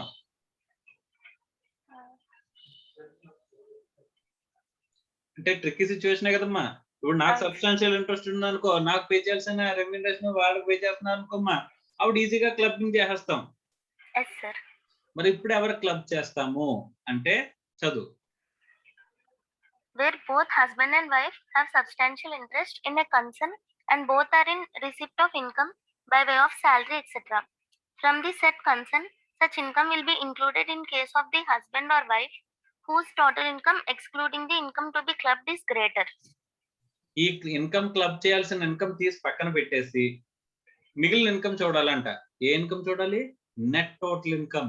టోటల్ ఇన్కమ్ మరి నెట్ టోటల్ ఇన్కమ్ కదమ్మా మనం చూసేది. Yes, sir. టోటల్ ఇన్కమ్ మరి నెట్ టోటల్ ఇన్కమ్ చూడాలంట. ఎవరిది ఎక్కువ ఉంటే వాళ్ళ దాంట్లో వెళ్ళిపోమంటున్నాడు. ఎందుకలక? Okay. అంటే ట్యాక్స్ ఎక్కువ వస్తుందని ట్యాక్స్ ఎక్కువ వస్తుంది అని చెప్పేసి. Yes, sir. అర్థమైందా? సో నీ చాకచక్యం నువ్వు చూపిస్తే నా చాకచక్యం నేను ఎలా చూపిస్తానని చెప్పేసి చెప్తున్నాడు అమ్మా. Yes, sir. Clear? Clear, sir. Next. Where any such income is once clubbed in the hands of either spouse, any such income arising in any succeeding year shall not be clubbed in the total income of other spouse unless the assessing officer is satisfied after giving that spouse an opportunity to be heard that is necessary to do so. ఇప్పుడు ఆ income మీద already receive అవ్వకుండా వేరే వాడు SSC tax కట్టేసాడు. Yes, sir. అది receive అయింది ఎప్పుడు? Next years ఎప్పుడో రిసీవ్ అయింది. ఎవరికి? స్పౌస్ కి. Spouse. Yes, sir. దాన్ని నా చేతిలో క్లబ్ చేస్తారు. ఇన్కమ్ రాకుండానే ఇన్కమ్ అని చెప్పేసి క్లబ్ చేస్తారు. Yes, sir. అది తర్వాత రిసీవ్ అయింది స్పౌస్ కి, నా చేతిలో కాదు.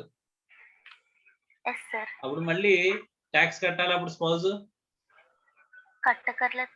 ఎందుకంటే నేను కట్టాను కాబట్టి మళ్ళీ ఆవిడ కట్టాల్సిన అవసరం లేదు. రిసిపియంట్ గా కట్టాల్సిన అవసరం లేదు. Yes, sir. కానీ ఒకవేళ అసిస్టింగ్ ఆఫీసర్ కి ఆ ప్రూఫ్ కనుక మనం సబ్మిట్ చేయలేకపోయాం అనుకోమ్మా, ఆవిడ ఆపర్చునిటీ ఆఫ్ బీయింగ్ హర్డ్ ఇస్తాడు. అయినా సరే మనం సబ్మిట్ చేయలేకపోయాం అనుకో, అప్పుడు మనకి ఏం చేసుకోవాలి? వచ్చిన దాని మీద ట్యాక్స్ కట్టమంటే కట్టాల్సి వస్తుంది. Yes, ఈ sir. ఫ్యాక్ట్ ఎస్టాబ్లిష్ చేయాలి అసిస్టింగ్ ఆఫీసర్ దగ్గర. Okay, sir. Right? Yes, sir. Next. Definitions: substantial interest and relative. Substantial interest మనకు తెలిసిందేనమ్మా. రిలేటివ్ అంటే చూడమ్మా. Relative under section 241 means the husband, wife, brother or sister or any linear Lineal ascendant or linear descendant of the individual అన్నారు. individual. Yes, sir. అమ్మా relative గురించి 56(2) లో definition చూసాం కదా. Relative అంటేని Yes, sir. మరి ఇక్కడ మళ్ళీ ఇలా అక్కడ ఇంకా కాంప్రహెన్సివ్ గా చెప్పాడు. చాలా మంది కవర్ అయ్యారు అందులోని. అవును సార్. అవునా? కానీ ఇక్కడ చాలా చిన్న చెప్పాడు. ఇదేంటిది? సెక్షన్ 2 లో చెప్పాడంటే ఏంటిది? అంటే దగ్గర Section 2 లో వాళ్ళకి ట్రాన్స్ఫర్ సెక్షన్ 2 లో చెప్పిన ఏముంటాయమ్మా? General definition. General definition. yes sir. కానీ 56(2) లో చెప్పింది specific definition of relative for the purpose of some of income or property taxable cases కి. yes sir. అమ్మా అర్థమైందా? అర్థమైంది సార్. అక్కడ స్పెసిఫిక్ కేసెస్ గురించి మాట్లాడుతున్నాడమ్మా. yes sir. అది స్పెసిఫిక్ రిలేటివ్ డెఫినేషన్. ఆ సెక్షన్ కి మాత్రమే అది. ఇక్కడ మాట్లాడిన డెఫినేషన్ ఏంటి? జనరల్ గా. yes sir. ఎక్కడ స్పెసిఫిక్ లేకపోతే జనరల్ కి వస్తాం. ఇక్కడ ఎక్కడైనా సరే రిలేటివ్ అంటే ఎవరు వస్తారంటే husband, wife, brother or sister, any lineal descendant, lineal ascendant వస్తారంట. yes sir. ఓకే, ఇది జనరల్ డెఫినేషన్ అమ్మా. Right? okay sir. Next point చదువు. Where an asset transferred by the spouse is converted into another form, income derived from such converted asset shall be clubbed. Very important. ఏమైందమ్మా? Asset is transferred by spouse is converted into another form. అంటే ఇప్పుడు ఒక 50 లక్షల deposit నేను తనకి ఇచ్చానమ్మా. yes sir. ఆ 50 లక్షల deposit కింద ఉంచకుండా తను ఏం చేసింది? షేర్ మార్కెట్ లో షేర్స్ కొనేసింది. yes sir. ఓకే, ఇప్పుడు ఆ షేర్స్ కొన్నప్పుడు షేర్స్ మీద వచ్చిన ఇన్కమ్ అనేది ఏమవుతుంది? తన చేతిలో ట్యాక్స్ అవుతుందా, నా చేతిలో ట్యాక్స్? మీ చేతిలోనే ట్యాక్స్ అవుతుంది. ఎందుకు అవుతుంది? తన కదా మా షేర్స్ లో ఇన్వెస్ట్ చేసింది, నేనా? ట్రాన్స్ఫర్ చేశాం కదా సార్. ఓకే, తను షేర్స్ మీద డబ్బులు ఎర్న్ చేసింది కరెక్టే. కానీ అక్కడ ఆ డబ్బులు ఆరిజిన్ అంటే అసలు ఎందుకు వచ్చాయి? షేర్స్ లో ఇన్వెస్ట్ షేర్స్ లో ప్రాఫిట్ ఎందుకు వచ్చింది? షేర్స్ లో డబ్బులు ఇన్వెస్ట్ చేయడం వల్ల. ఆ డబ్బులు ఎవరయ్యి? నావి.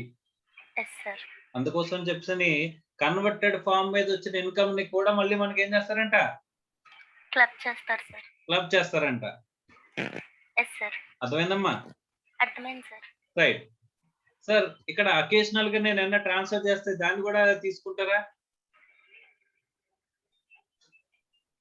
సపోజ్ మా వైఫ్ బర్త్డే అమ్మా, లేకపోతే మ్యారేజ్ డే.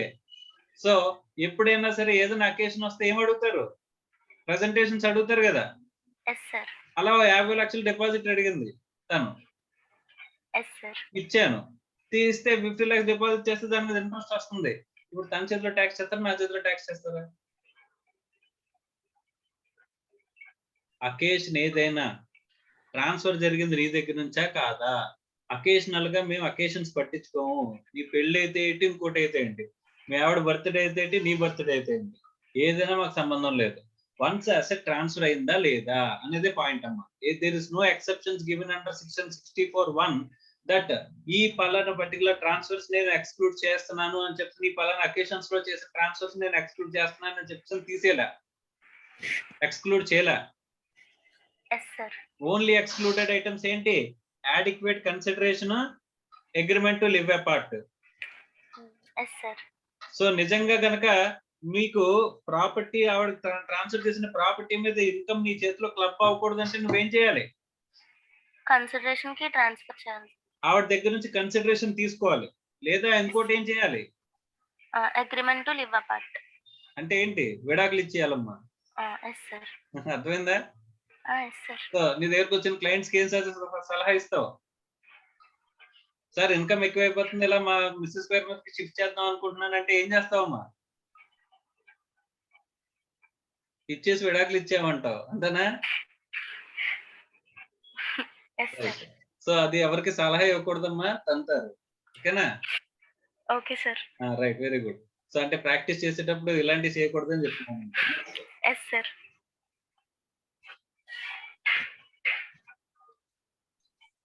నెక్స్ట్ చదవమ్మా. 6th point. It may be noted that if the house property transferred by an individual otherwise than for adequate consideration to the spouse or minor child, not being a minor married daughter, the provisions of section 27 deemed owner shall apply and section 64 does not apply. In that case, the transferor individual shall be deemed to be the owner and income shall be accordingly computed under the head income from house property. ఏమర్థమైందమ్మా? Section ఇదే provisions section 27 లో deemed owner transfer లో కూడా అదే జరుగుతుంది చెప్పేసి మాట్లాడుకున్నాం కదా. Yes sir. అది స్పెసిఫిక్ సెక్షన్ 27. Yes sir. ఏ అసెట్ ట్రాన్స్ఫర్ అవ్వాలనేది క్లియర్ గా చెప్పాడు అక్కడ. ప్రాపర్టీ, హౌస్ ప్రాపర్టీ అని చెప్పేసి. Yes sir.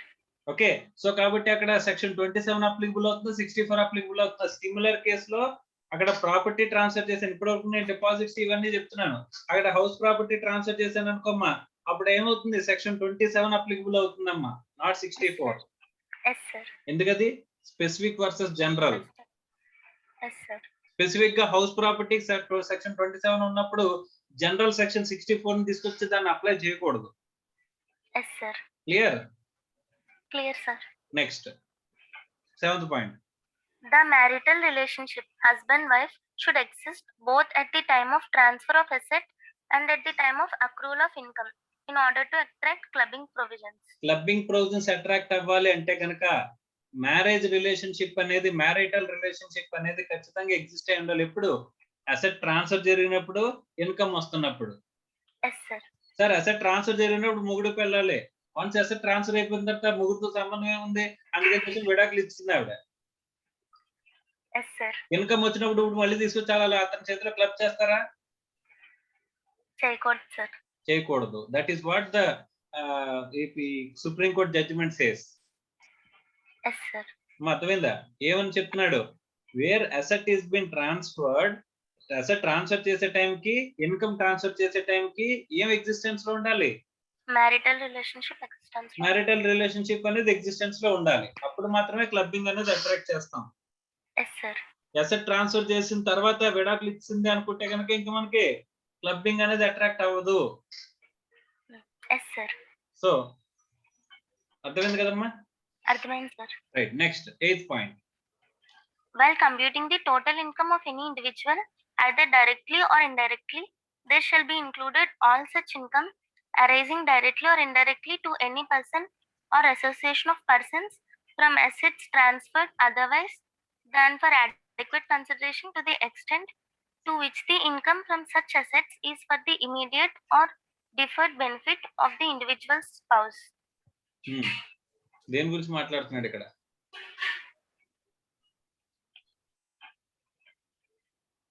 దేని గురించి మాట్లాడుతున్నాడమ్మా? స్పౌస్ కి ఇక్కడ మనం ఒక ట్రాన్స్ఫర్ గాని ఒక ఇన్కమ్ అనేది మనం where computing total income of an individual కి టోటల్ ఇన్కమ్ క్యాలిక్యులేట్ చేసేటప్పుడు డైరెక్ట్ గా కానీ ఇండైరెక్ట్ గా కానీ ఏదైనా ఇన్కమ్ అనేది ఒక చోట ఇన్వెస్ట్ చేసాం, దాని నుంచి మనకి అడిక్వేట్ కన్సిడరేషన్ మనం తీసుకోవాలా. ఆ బెనిఫిట్ అనేది తర్వాత ఎప్పుడైనా సరే తర్వాత మన స్పౌస్ కి వచ్చేలాగా మనం చేసాం, డైరెక్ట్ గా కానీ ఇండైరెక్ట్ గా కానీ ఫర్ ది ఇమీడియట్ బెనిఫిట్. అక్కడ ఫస్ట్ ఆఫ్ ఆల్ మనం తీసుకోవాల్సిన దానికంటే తక్కువ తీసుకుంటున్నాము, ఆ బెనిఫిట్ అనేది వేరే వాళ్ళకి ఇచ్చేలాగా చేస్తున్నాం, అంటే మన స్పౌస్ కి ఇచ్చేలా చేస్తున్నాం. సపోజ్ నువ్వు జాబ్ చేస్తున్నావు అమ్మా, నువ్వు సిఏ కంప్లీట్ చేసి జాబ్ చేస్తున్నావు, మీ ఆయన మీ ఇంట్లో వంట చేస్తున్నాడు అనుకుందాం. ఓకే, సో నువ్వు జాబ్ చేసేటప్పుడు నీకు ఎంత ప్యాకేజ్ అంటే చెప్పేసానంటే 20 lakhs అంట. అంటే నువ్వు చేసే నీ గ్రేడ్ ఆఫ్ వర్క్ కి 20 lakhs ప్యాకేజ్ అయితే నువ్వేం చేస్తున్నావు, వాళ్ళ దగ్గర నుంచి 10 లక్షలే తీసుకుంటున్నావు. ఆ మిగతా 10 లక్షలు మీ ఆయనకి ఇమ్మంటున్నావు. ఓకే, అప్పుడు ఏం చేస్తారమ్మా? క్లబ్ చేస్తారంట, ఎందుకంటే ఇక్కడ అడిక్వేట్ కన్సిడరేషన్ కాదు. ఓకే, కాబట్టి next 9 point. Income on the asset transferred is clubbed but not the income on accretion to the asset. To illustrate, an individual transferred a flat to his wife who derived rental income therefrom. Such rental income was assessed in the husband's hands. Wife invested such ఇదే section లో చేస్తారమ్మా, very important. ఇదే section లో చేస్తారు. Rental income clubbing అనేది ఏ section లో చేస్తారు? Section 27. Flat అంటే హౌస్ ప్రాపర్టీ కదమ్మా. అవును సార్. హౌస్ ప్రాపర్టీ అనే ప్రొవిజన్ వస్తే కనుక ఎక్కడ వస్తుంది మనకి? సెక్షన్ 27 లోనే కదా, డీమ్డ్ ఓనర్. మర్చిపోలేదు కదా, ఇప్పుడే మాట్లాడుకున్నాం. Okay, right. Next, wife invested such rental income in fixed deposits and derived interest income. Such interest income cannot be clubbed in the hands of the husband. Hence, income on the asset transferred is clubbed but not the income on accretion to the asset. ఆ rental income ఏదైతే వచ్చిందో ఆ rental income ని ఏం చేశారంటమ్మా, fixed deposit చేస్తే దాని మీద వచ్చిన ఇంట్రెస్ట్ ని క్లబ్ చేయాల్సిన అవసరం లేదు అని చెప్పేసి అని చెప్తున్నాడమ్మా. Clear? Clear sir. Right. So next cross transfers అమ్మా. ఇది కొంచెం నేను చెప్తాను, ఆ తర్వాత విన్న తర్వాత చెప్తే కానీ నువ్వు. ఓకే, సో మన వాళ్ళు తెలివితేటలు ఎలా ఉంటాయి అనేది నీకు చెప్తాను. ఏ అండ్ బి అనేది ఇద్దరు ఫ్రెండ్స్ ఉన్నారమ్మా. ఓకే, సో వీడు చెప్పాడు నాకు వచ్చే ఇన్కమ్ మీద ట్యాక్స్ ఎక్కువైపోతుంది, ఏం చేయాలో అర్థం కావట్లేదు. సో ఇక్కడ మా స్పౌస్ కి, ఇక్కడ ఏస్ స్పౌస్ కి ట్రాన్స్ఫర్ చేద్దామని చెప్పేసానంటే కొత్తగా క్లబ్బింగ్ అనే ప్రొవిజన్స్ పెట్టారు. ఏం చెప్పారమ్మా? క్లబ్బింగ్ అనే ప్రొవిజన్స్ పెట్టి ట్యాక్స్ చేస్తున్నారు అని చెప్పేసి ఏ చెప్పాడంట. ఎవరికి? బికి. నాది అదే పరిస్థితిరా. ఏంటి? బి తనకు వచ్చే ఇన్కమ్ మీద ట్యాక్స్ తగ్గించుకోవడానికి బి స్పౌస్ కి ట్రాన్స్ఫర్ చేస్తుంటే మళ్ళీ ఏమంటున్నారు ఇక్కడ? క్లబ్బింగ్ అట్రాక్ట్ అవుతుంది అని అన్నారు అని చెప్పేసి అన్నారు. ఇద్దరు బాధ ఒకటే కదా. సో ఇక్కడ బెస్ట్ ఐడియా వచ్చిందంటే వీళ్ళకి. ఏమన్నా గెస్ట్ చేస్తామా ఐడియా?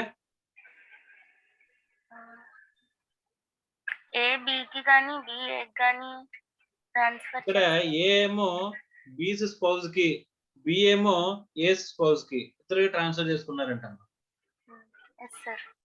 వాడి పెళ్ళానికి కాదు,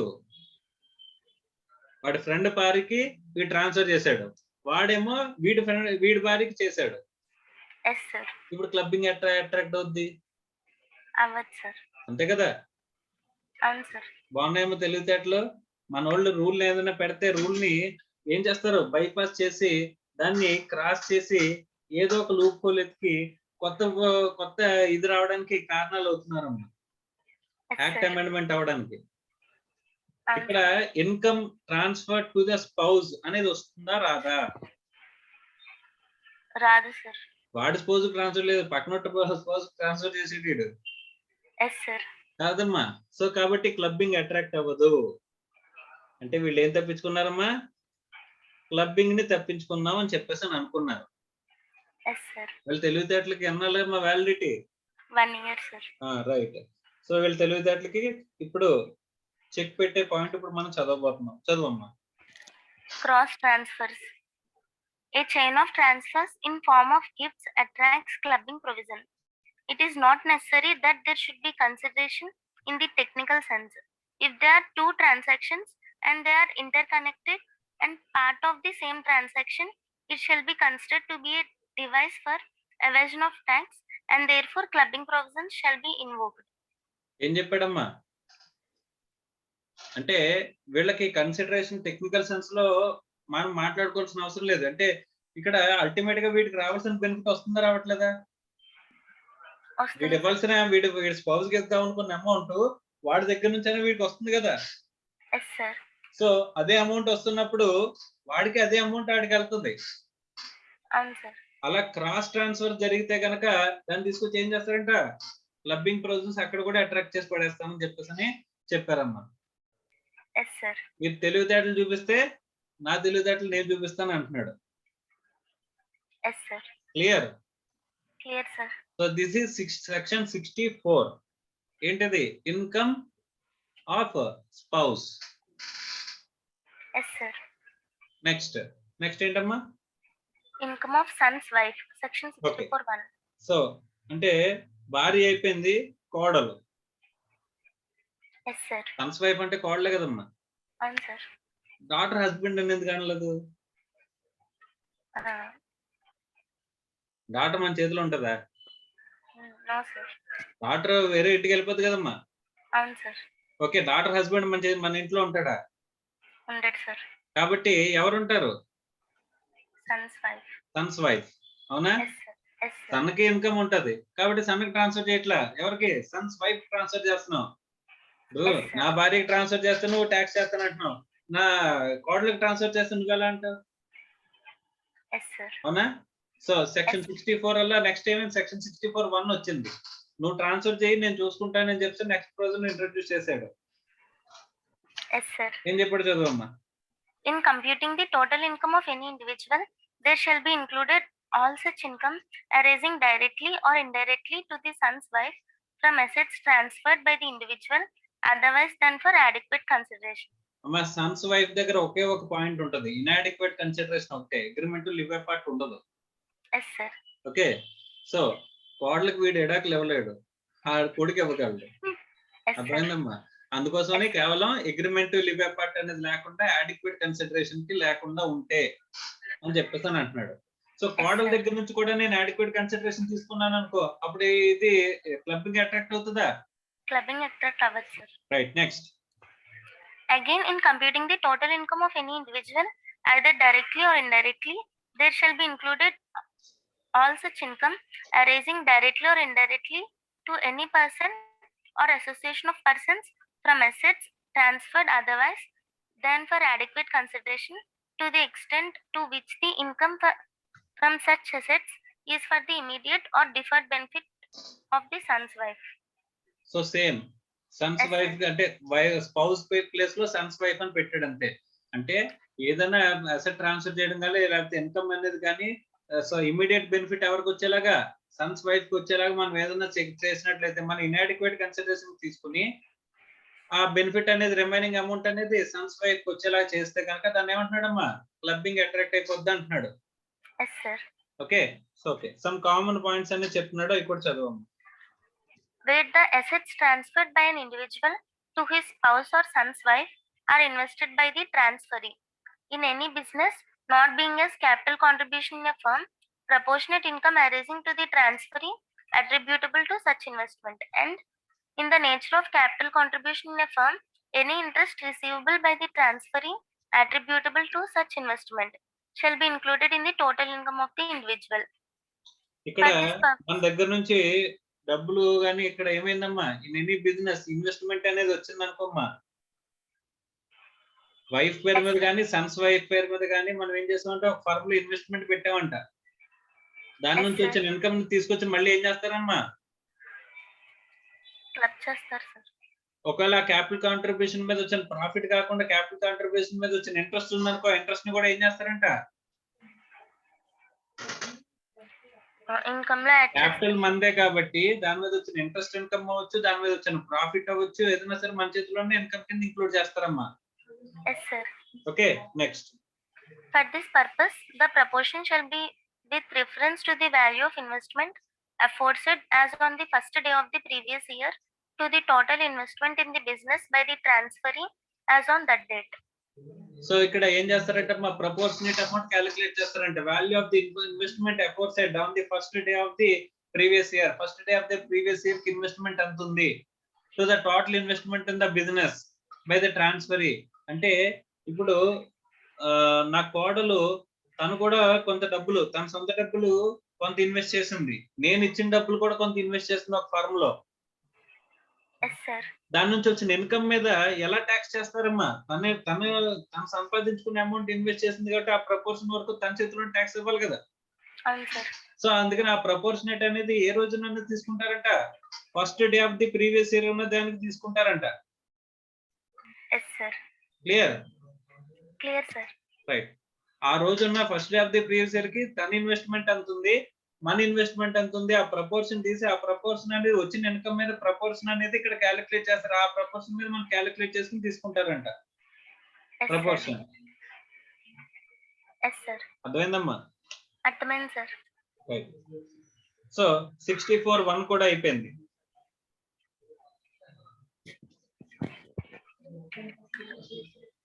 నెక్స్ట్ 64(1)A అమ్మ చదువుతావా ఇంకానే? Yes, sir. Right. So 64(1)A ఎవరికమ్మా? Minor Income child. of minor child. Yes, sir. Okay, మనం మైనర్ చైల్డ్ గురించి ఎక్కడ మాట్లాడుకున్నాం? 27 లో కూడా మాట్లాడుకున్నాం. Yes, sir. Minor married daughter కి కనుక ఇస్తే కనుక అప్పుడు మనకి క్లబ్బింగ్ అక్కడ డీమ్డ్ డాటర్ కింద ట్రీట్ చేయమని అనుకున్నాం. Yes, sir. అలా కాకుండా మైనర్ చైల్డ్ కి ట్రాన్స్ఫర్ చేస్తే కనుక మైనర్ మ్యారీడ్ డాటర్ కాకుండా, మ్యారీడ్ కాకుండా మైనర్ డాటర్ అయినా మైనర్ సన్ అయినా సరే మనం ట్రాన్స్ఫర్ చేస్తే మనం ఏమనుకున్నాం? డీమ్డ్ ఓనర్ అనుకున్నాను. డీమ్డ్ ఓనర్ అని చెప్పేసి మనం మాట్లాడుకున్నాం. ఓకే, ఇక్కడ కూడా మైనర్ మ్యారీడ్ డాటర్ ని సెపరేట్ చేసాడు లేదు చూద్దాం. Yes, sir. ఓకే, ఇప్పుడు సపోజ్ చిల్డ్రన్ దగ్గర కూడా, ఇప్పుడు చిల్డ్రన్ కి మన పేరు మీద డిపాజిట్ ఉంటే మన చేతిలో ట్యాక్స్ అవుతుంది, మన చిల్డ్రన్ పేరు మీద ట్రాన్స్ఫర్ చేస్తాం అనుకోమ్మా, వచ్చిన ఇన్కమ్ ఏం చేస్తాం? క్లబ్ చేయరు సార్. క్లబ్ చేయాలి కదా. Yes, sir. రైట్. సపోజ్ తను మా పాప ఉందమ్మా, పాప పాడుతూ తీగలో పాడిందమ్మా పాట, ఒక 10 లక్షలు ఇచ్చారు ప్రెజెంటేషన్. Yes, sir. సో ఇప్పుడు తను కష్టపడి సంపాదించుకుందా లేకపోతే నేను ఇచ్చిన డబ్బులతో సంపాదించుకుందా? కష్టపడి సంపాదించుకున్నాను. తన స్కిల్ టాలెంట్ ఉపయోగించి సంపాదించిన ఇన్కమ్ మీద తన ట్యాక్స్ కట్టాలా నేను ట్యాక్స్ కట్టాలా? తనే కట్టాలి సార్. తనే కట్టాలా? Minor is a competent person to enter into a contract. No, sir. Is tax payment is a contract or not? Yes, sir. Any obligation అనేది వస్తుందంటే ఏదో కాంట్రాక్చువల్ ఆబ్లిగేషనే కదా. Yes, sir. మరి అలాంటప్పుడు తను ట్యాక్స్ పే చేయడానికి లైబుల్ అవుతుందా మైనర్? ఇన్కమ్ వస్తే ట్యాక్స్ కట్టాలి కదా సార్. మైనర్ కి పర్సనల్ లైబిలిటీ ఆబ్లిగేషన్ అనేది క్రియేట్ చేయగలమా ఎక్కడైనా సరే? No sir. మరి అలాంటప్పుడు ఇన్కమ్ ట్యాక్స్ ఆబ్లిగేషన్ ఎలా క్రియేట్ అవుతుంది? క్లబ్బింగ్ చేసి ట్యాక్స్ కట్టించుకుంటారు. ఎవరి చేతిలో క్లబ్ చేసి ఎవరి చేతిలో ట్యాక్స్ కట్టించుకుంటారు? తన స్కిల్ టాలెంట్ ఉపయోగించి సంపాదించిన ఇన్కమ్ మీద నేను ట్యాక్స్ కట్టాలమ్మా, నా చేతిలో క్లబ్ చేసి నా చేతిలో ట్యాక్స్ కట్టిస్తారా? కట్టాలి సార్. నేనే కట్టాలా తను కట్టాలా? నార్మల్ గా ఇన్కమ్ ఎవరైతే సంపాదిస్తారో వాళ్ళని ఏమన్నాలమ్మా? ఎస్ఎస్సి అంటారమ్మా. Yes, sir. ఓకే, సో వీళ్ళు గనక కాంపిటెంట్ పర్సన్స్ కాకపోతే వీళ్ళకి ఏమొస్తారంటే రిప్రజెంటేటివ్ ఎస్ఎస్సీస్ ఉంటారమ్మా. ఎవరుంటారు? Representative SSC. సో ట్యాక్స్ వీళ్ళే కడతారు. వీళ్ళ అమౌంట్ నుంచే ట్యాక్స్ వెళ్తది. కానీ ఫార్మ్ ఫైలింగ్ ఇవన్నీ కూడా ఎవరు చేస్తారు? రిప్రజెంటేటివ్ అసెస్సీ కింద సైనింగ్ అయన్నీ కూడా ఎవరు చేస్తారమ్మా? Where they are not capable to enter into a contract కాబట్టి representative assessees will be doing that procedural part, but tax has to be paid by the assessee itself. Yes, sir. Minor కి వచ్చిన income మీద minor tax కడతాడు, కానీ ఆ tax కట్టింది return file చేయడం ఇవన్నీ ఎవరు చేస్తారు? రిప్రజెంటేటివ్ అసెస్సీ కింద నేను చేయాల్సి వస్తుందమ్మా. Yes, sir. ఎప్పుడు ఇదంతా కూడా వేర్ స్కిల్ అండ్ టాలెంట్ మీద ఆధారపడి ఉన్న ఇన్కమ్ అనేది వచ్చినప్పుడు. Yes, sir. ఆ స్కిల్ టాలెంట్ కాకుండా నార్మల్ గా ఏదో ఇన్కమ్ వస్తుంది అనుకో, అప్పుడు స్కిల్ టాలెంట్ మీద ఆధారపడకుండా ఫిక్స్డ్ డిపాజిట్ తన పేరు మీద వేసాను, దాని మీద ఇంట్రెస్ట్ వస్తుంది. ఆ ఇంట్రెస్ట్ ఏం చేస్తారు? క్లబ్ చేయాలి సార్. నా చేతిలోనే క్లబ్ చేస్తారంట. Yes sir. పేరెంట్ ఇద్దరు పేరెంట్స్ ఉన్నారు కదమ్మా, మదర్ ఫాదర్ ఉంటారు కదా. Yes sir. ఎవరి చేతిలో క్లబ్ చేస్తారు? ఫాదర్ చేతిలో క్లబ్ చేస్తారా, మదర్ చేతిలోనే? నెట్ టోటల్ ఇన్కమ్ ఎవరి దగ్గర ఎక్కువ ఉంటే వాళ్ళు చేస్తారు. తెలిసిపోయింది. ఇన్కమ్ ట్యాక్స్ ఒకటి పల్స్ పట్టేసావు నువ్వు. Yes sir. అంతే కదమ్మా. ఇప్పుడు ఫాదర్ అన్నాడు అనుకో, మదర్ జాబ్ చేస్తారు. మదర్ అన్నా అనుకో, మా ఫాదర్ జాబ్ చేస్తాయి అనే కేసు రెండిట్లో అది ఏదో ఒకటి వదిలేసుకోవాల్సి వస్తుంది కదా. సో అది రెండు వదలకుండా ఇద్దరిలో ఎవరి ఇన్కమ్ ఎక్కువైతే ఆ ఇన్కమ్ వాళ్ళ చేతిలో ట్యాక్స్ క్లబ్బింగ్ చేస్తామని చెప్పేసి అని చెప్తాడమ్మా. క్లియర్? Clear sir. రైట్. ఇప్పుడు ఇందాక పాడుతూ తీయగాలో 10 లక్షలు వచ్చాయి కదమ్మా. అమ్మాయి 10 లక్షలు తీసుకెళ్లి ఫిక్స్డ్ డిపాజిట్ చేసుకుందంట. దాని మీద ఇంట్రెస్ట్ వచ్చిందంట. ఆ ఇంట్రెస్ట్ ఇన్కమ్ ఏం చేస్తారు? ఎస్ఎస్సి చేతిలో ట్యాక్స్ చేస్తారు సార్. ఎస్ఎస్సి అంటే ఎవరు? అమ్మాయి చేతిలో ట్యాక్స్ చేయాలి సార్. అమ్మాయి చేతిలో ట్యాక్స్ చేయాలా? Yes sir. తను కష్టపడి సంపాదించిందా ఇంట్రెస్ట్? Yes sir. తను కష్టపడితే వచ్చినాయా డబ్బులు ఇంట్రెస్ట్? బ్యాంక్ కూడా ఇచ్చాడు ఊరికి. తన కష్టం లేకుండానే తను సంపాదించిన ఇన్కమ్ సంపాదించింది. Yes sir. అంతే కదా? అవును సార్. సో అలాంటి కేసులో క్లబ్బింగ్ అట్రాక్ట్ అవుతుందమ్మా. Okay sir. Okay. So where the skill and talent and professional skill talent అలాంటి ఏవి లేకపోతే కనుక ఆటోమేటిక్ గా అక్కడ క్లబ్బింగ్ అనేది అట్రాక్ట్ అవుతుంది. Yes sir. Okay. With this background ఒకసారి చదవమ్మా.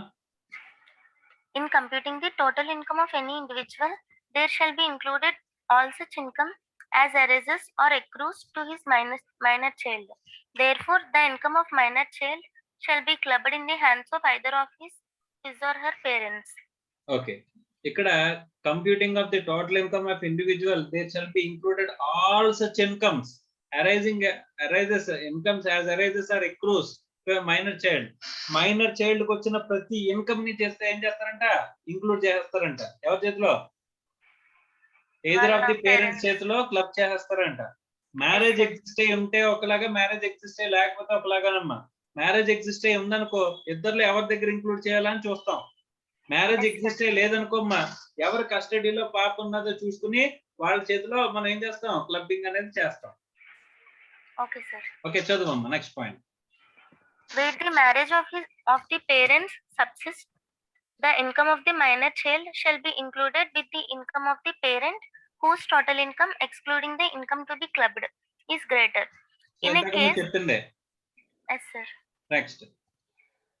In a case where the marriage of the parents does not subsist, the income of the minor child will be included in the income of the parent who maintains the minor child in the previous year.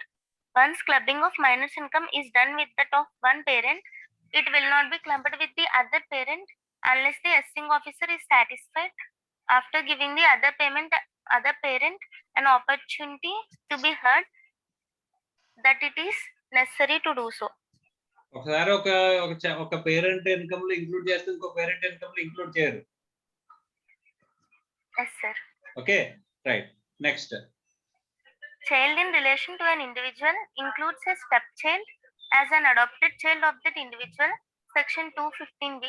In a view of this definition, even if the adopted child or stepchild derives income, such income will have to be clubbed with that of the parent concerned in accordance with the provisions of section 64(1)(a). 64(1)(a). అమ్మ ఇక్కడ adapted child అంటే okay, step child అంటే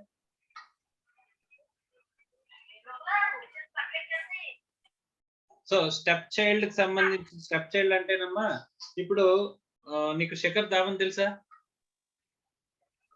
No, sir. మా Shikhar Dhawan cricketer. Yes, sir. Okay, so Shikhar Dhawan కి marriage చేసుకున్నప్పుడు ఆడికి marriage అయ్యేసరికి తనకి 2 పిల్లలు ఉన్నారమ్మా. Yes, sir. సో ఇప్పుడు ఆ పిల్లలు వీళ్ళ పిల్లలు అయిపోతారు, వాళ్ళు స్టెప్ చైల్డ్ అంటే. Okay, sir.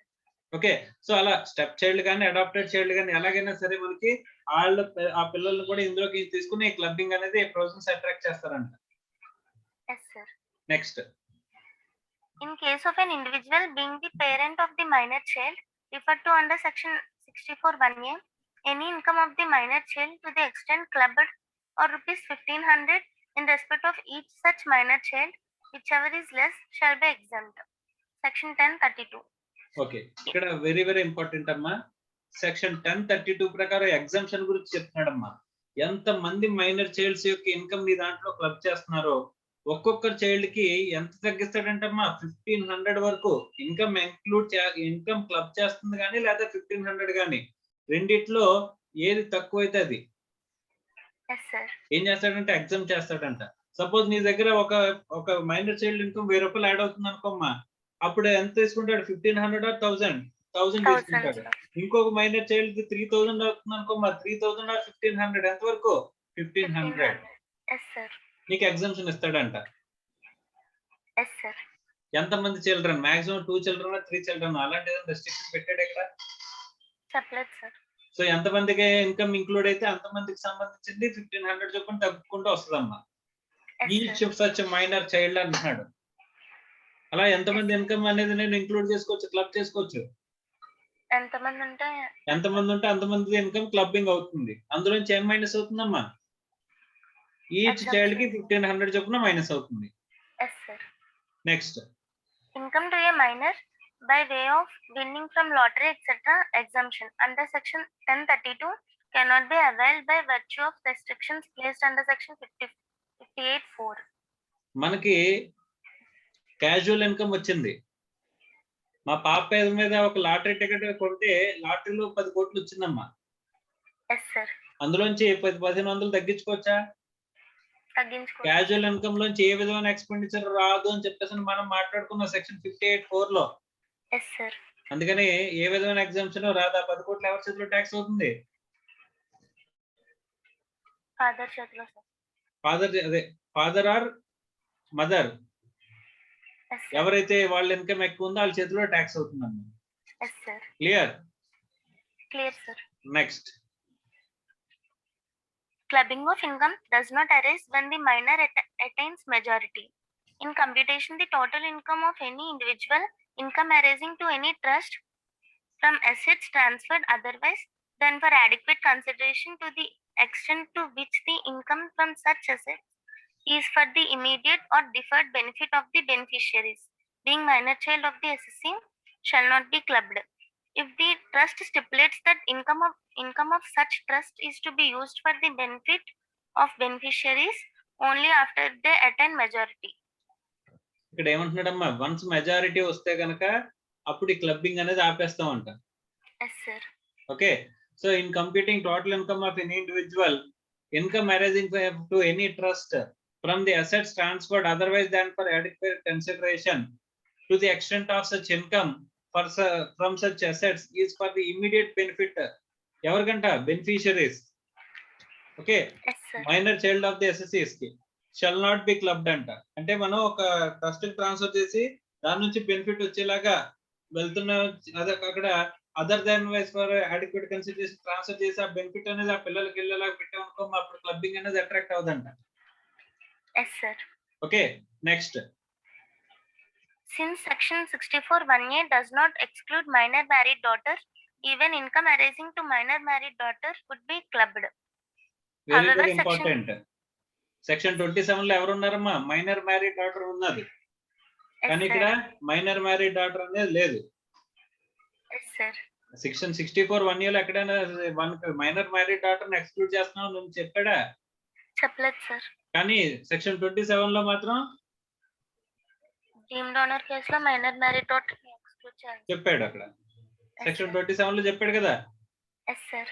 సో కాబట్టి అక్కడ క్లబ్బింగ్ అనేది అట్రాక్ట్ అక్కడ డీమ్డ్ ఓనర్ అనే కేసు అట్రాక్ట్ అవ్వకపోవచ్చు, కానీ ఇక్కడ క్లబ్బింగ్ అనేది అట్రాక్ట్ అవుతుంది. Clear? Yes sir. Yes sir. So very important అమ్మా. Next aspect, clubbing does not apply. ఏ కేసెస్ లో క్లబ్బింగ్ అనేది అట్రాక్ట్ అవ్వదు? మైనర్స్ కి మనం ట్రాన్స్ఫర్ చేసినప్పుడు క్లబ్బింగ్ అట్రాక్ట్ అవ్వని కేసెస్ అంట. చదువు. Yes, sir. Clubbing shall not apply. The following income of the minor child shall not be clubbed and be taxed in hands of minor child alone. Any income of a minor child suffering from any disability of the nature specified under Section 80U, namely blind, mental, physical disability, etc.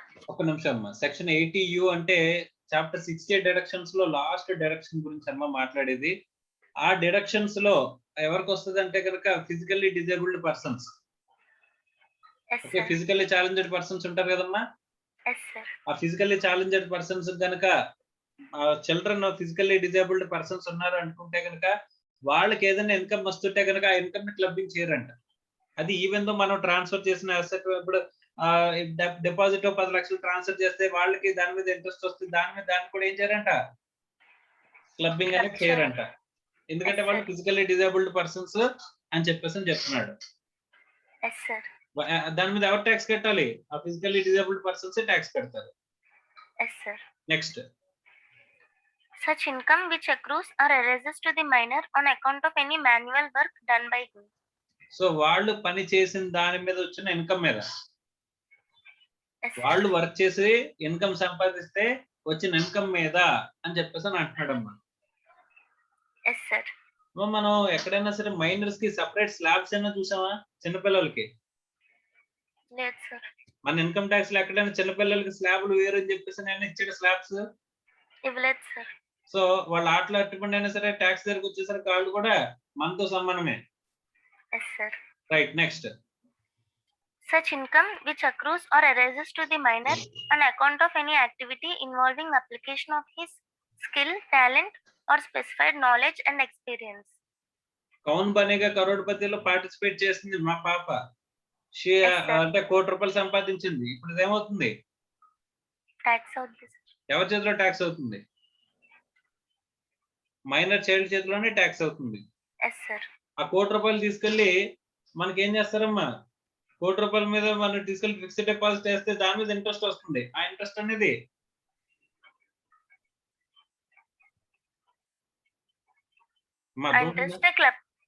ఆ interest అనేది club చేస్తారమ్మా.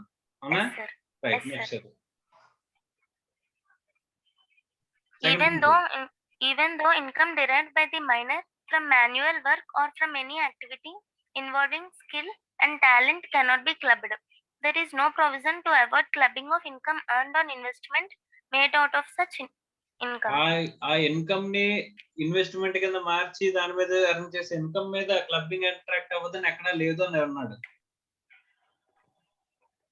Yes, sir. అంటే ఆ ₹1,00,00,000 మీద ఇప్పుడు deposit చేసుకుంటే దాని మీద వచ్చే ఇంట్రెస్ట్ మీద ఏమవుతుంది? క్లబ్బింగ్ అనేది వస్తుంది. Yes, sir. Next. In all the above mentioned situations where clubbing fails, the income shall be chargeable to tax in the hands of the minor child. Parent or guardian can prepare the return of income on behalf of the minor and file the return of income in name of the minor. In the eventuality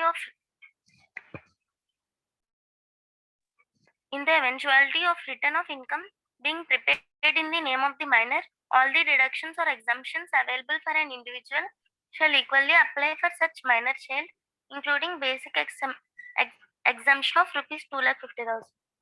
so ఈ basic exemption limit of 2,50,000 అన్ని కూడా normal గా applicable అవుతాయి. కాకపోతే వాళ్ళు sign చేయడానికి పనికిరారు కాబట్టి వాళ్ళు సైన్ చేయరమ్మా. ఎవరు చేస్తారు sign? Parent or guardian. So ఏ కెపాసిటీలో చేస్తారు? రిప్రజెంటేటివ్ ఎస్ఎస్సీ అనే కెపాసిటీలో చేస్తారమ్మా. వీళ్ళు ఎస్ఎస్సీ అయితే ఇప్పుడు వీళ్ళని రిప్రజెంట్ చేసేది ఎవరు? వాళ్ళు సైన్ చేస్తున్నారంటే వీళ్ళని రిప్రజెంట్ చేస్తూ సైన్ చేస్తారు.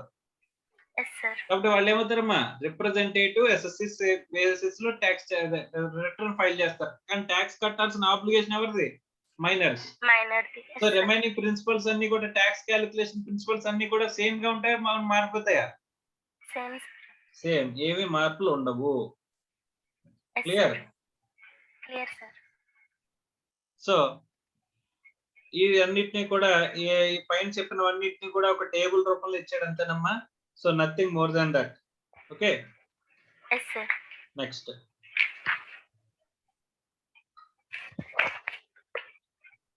నెక్స్ట్ హెచ్యుఎఫ్ అమ్మా 64(2). Yes, sir. Income of HUF కి వచ్చిన ఇన్కమ్ ని క్లబ్ చేస్తారా? అమ్మా హెచ్యుఎఫ్ కి వచ్చిన ఇన్కమ్ ని క్లబ్ చేస్తారా అంటే ఇక్కడ ఏమంటున్నాడు? ఎస్ చేస్తాము అని చెప్పేసి చెప్తున్నాడు. Yes, sir. సో ఇప్పుడు చేస్తాడు చదువమ్మా. Where a member of a HUF has converted or transferred self-acquired property for inadequate consideration into joint family property or thrown it into the common stock of the family, income arising therefrom is taxable as the income of the transferor member. So ఇప్పుడు మన చేతుల్లో ఇప్పుడు మనం earn చేసామమ్మా ఒక ప్రాపర్టీని. Yes, sir. ఆ ప్రాపర్టీని మనం మన చేతుల్లో ఉంటే కనుక అది మన చేతిలో ట్యాక్స్ అవుతుంది. Yes, sir. అందుకోసం అని చెప్పేసి హెచ్యుఎఫ్ పేరు మీద మార్చేసానంట. Yes, sir. హెచ్యుఎఫ్ లో ఎవరు ఉంటారమ్మా? మెంబర్స్ అందరూ ఉంటారు కదా. Yes, sir. సో మన బ్రదర్స్, తర్వాత మన పేరెంట్స్, మన చిల్డ్రన్ వాళ్ళందరూ కూడా హెచ్యుఎఫ్ లో మెంబర్స్ కింద ఉంటారు కదమ్మా. అవును సార్. ఇప్పుడు నేను సంపాదించిన ప్రాపర్టీని హెచ్యుఎఫ్ లో ట్రాన్స్ఫర్ చేస్తే దాని మీద వచ్చిన ఇన్కమ్ ని ఎవరు ట్యాక్స్ చేస్తారంట? మళ్ళీ క్లబ్ చేసి మన చేతిలోనే ట్యాక్స్ చేస్తారంట. Yes, sir. ఓకే, సో అలా ప్రాపర్టీ హెచ్యుఎఫ్ లోకి వచ్చిందంట. హెచ్యుఎఫ్ లోకి వస్తే దాని మీద వచ్చిన ఇన్కమ్ ని మనకి ఏం చేస్తారమ్మా? క్లబ్ చేస్తారు. జాయింట్ ఫ్యామిలీ ప్రాపర్టీ కింద మనం హెచ్యుఎఫ్ లో కన్వర్ట్ చేస్తాం. మనం సంపాదించిన ప్రాపర్టీని జాయింట్ ఫ్యామిలీ ప్రాపర్టీ కింద కన్వర్ట్ చేసినప్పుడు, అందులో త్రో చేసినప్పుడు ఆటోమేటిక్ గా అది దాని మీద వచ్చిన ఇన్కమ్ ని మనకు కావాలని చెప్పేసి హెచ్యుఎఫ్ పేరు మీద ఇన్కమ్ చూపిస్తామని చెప్పేసి ట్యాక్స్ ని అవాయిడ్ చేయడం కోసం ట్రాన్స్ఫర్ చేసింది. Yes, sir. సో అలాంటప్పుడు ఎవరి చేతిలో క్లబ్ చేస్తారంటే తిరిగి మన చేతిలోనే క్లబ్ చేస్తారంట. Yes, sir. So once HUF లోకి పెద్ద ప్రాపర్టీ వచ్చిందమ్మా, వచ్చి రాగానే హెచ్యుఎఫ్ లో మెంబర్స్ అందరూ ఏం చేస్తారు? సో అందరూ కూడా కొంచెం ఏమంటారు, ఆశపరులు అనుకో, దురాశపరులు అనుకో, ఏం చేస్తారు? పార్టీషన్ ఆఫ్ ది హెచ్యుఎఫ్ అని అన్నారంట. Yes, sir. పాపం ఈడు ప్రాపర్టీ ట్యాక్స్ తగ్గించుకుందాం అనే ఉద్దేశంలో హెచ్యుఎఫ్ లో ట్రాన్స్ఫర్ చేస్తే హెచ్యుఎఫ్ లోకి ప్రాపర్టీ రాగానే ఉన్న వాళ్ళందరూ కూడా ఏమన్నారు? పార్టీషన్ అని అరిచారంట. పార్టీషన్ చేస్తారు. పార్టీషన్ లో ఇప్పుడు ఈడు ఏం చేశాడు? జాయింట్ ఫ్యామిలీ ప్రాపర్టీ కింద ఈ ప్రాపర్టీని ట్రాన్స్ఫర్ చేశాడు కదా. Yes, sir. దాన్ని కూడా పంచేసుకున్నారంట అందరూ. Yes, sir. పాపం, అవునా కదా. అవును సార్. ఇప్పుడు క్లబ్బింగ్ అనేది అట్రాక్ట్ అవుతుందా? ఇప్పుడు వాళ్ళ దగ్గరకు వచ్చిన ఇన్కమ్ కూడా తీసుకొచ్చి ఈ చేతిలో ట్యాక్స్ చేస్తారా? చేస్తారు సార్. అంటే చేయరంటమ్మా. పార్టీషన్ జరిగిపోయిన తర్వాత ఎవడి ప్రాపర్టీ ఆడికి వెళ్ళిపోద్ది కదా. సో అలాంటప్పుడు మళ్ళీ వీడికి క్లబ్బింగ్ అనేది చేయరంట. Yes, sir. కానీ ఇక్కడ ఎలా జరుగుతుంది? వీడికి కొంత పోర్షన్ వస్తుంది, వీళ్ళ స్పౌస్ కి కొంత పోర్షన్ వస్తుంది కదా ఆ ప్రాపర్టీలో. అవును సార్. వాళ్ళ స్పౌస్ కి వచ్చిన ప్రాపర్టీ మీద వచ్చిన ఇన్కమ్ ని వీడి దాంట్లో క్లబ్ చేస్తారు. అంతవరకు మాత్రమే. పార్టీషన్ ఆఫ్ ది హెచ్యుఎఫ్ జరిగిపోయిన తర్వాత వీడి స్పౌస్ కి అయినా కనుక ఆ ప్రాపర్టీ వస్తే అందులోంచి దాని మీద వచ్చిన ఇన్కమ్ ని క్లబ్ చేస్తారు. Yes, sir. Clear? Clear, sir. Right, చదవం. If the converted property is subsequently partitioned among the members of the family, the income derived from such converted property as is received by the spouse of the transferor will be taxable as the income of the transferor. House వరకు వచ్చిన amount వరకు మాత్రమే tax దాంట్లో club చేస్తారంట. మిగిలినంతా కూడా club చేయలేరంట. Yes, sir. Next, if the income from converted property is included in the total income of an individual, it will be excluded from the total income of the family or, as the case may be, of the spouse of the individual. So once మన income ని మన దాంట్లో tax చేస్తున్నారనుకో, మా club చేసి మళ్ళీ HUF చేతిలో tax చేయొచ్చా? No, sir. Right, next. Property include Property includes any interest in property, movable or immovable, the sale proceeds thereof, and any money or investment for the time being representing the sale proceeds thereof, and where the property is converted into any other property by any method, such other property. Property అంటే ఇవన్నీ include అవుతాయని చెప్పేసి చెప్తున్నాడమ్మా. Yes, sir. Right. So ఇంకా last topic వచ్చేసమ్మా ఏంటంటే కనుక common points for clubbing. ఒకసారి చదివేద్దాం. ఒక 5 పాయింట్లు ఉన్నాయి. చదివేసిన తర్వాత చాప్టర్ అయిపోతుంది, క్లోజ్ చేసేద్దాం. Okay. Yes, sir. Yes, sir. Common points for clubbing.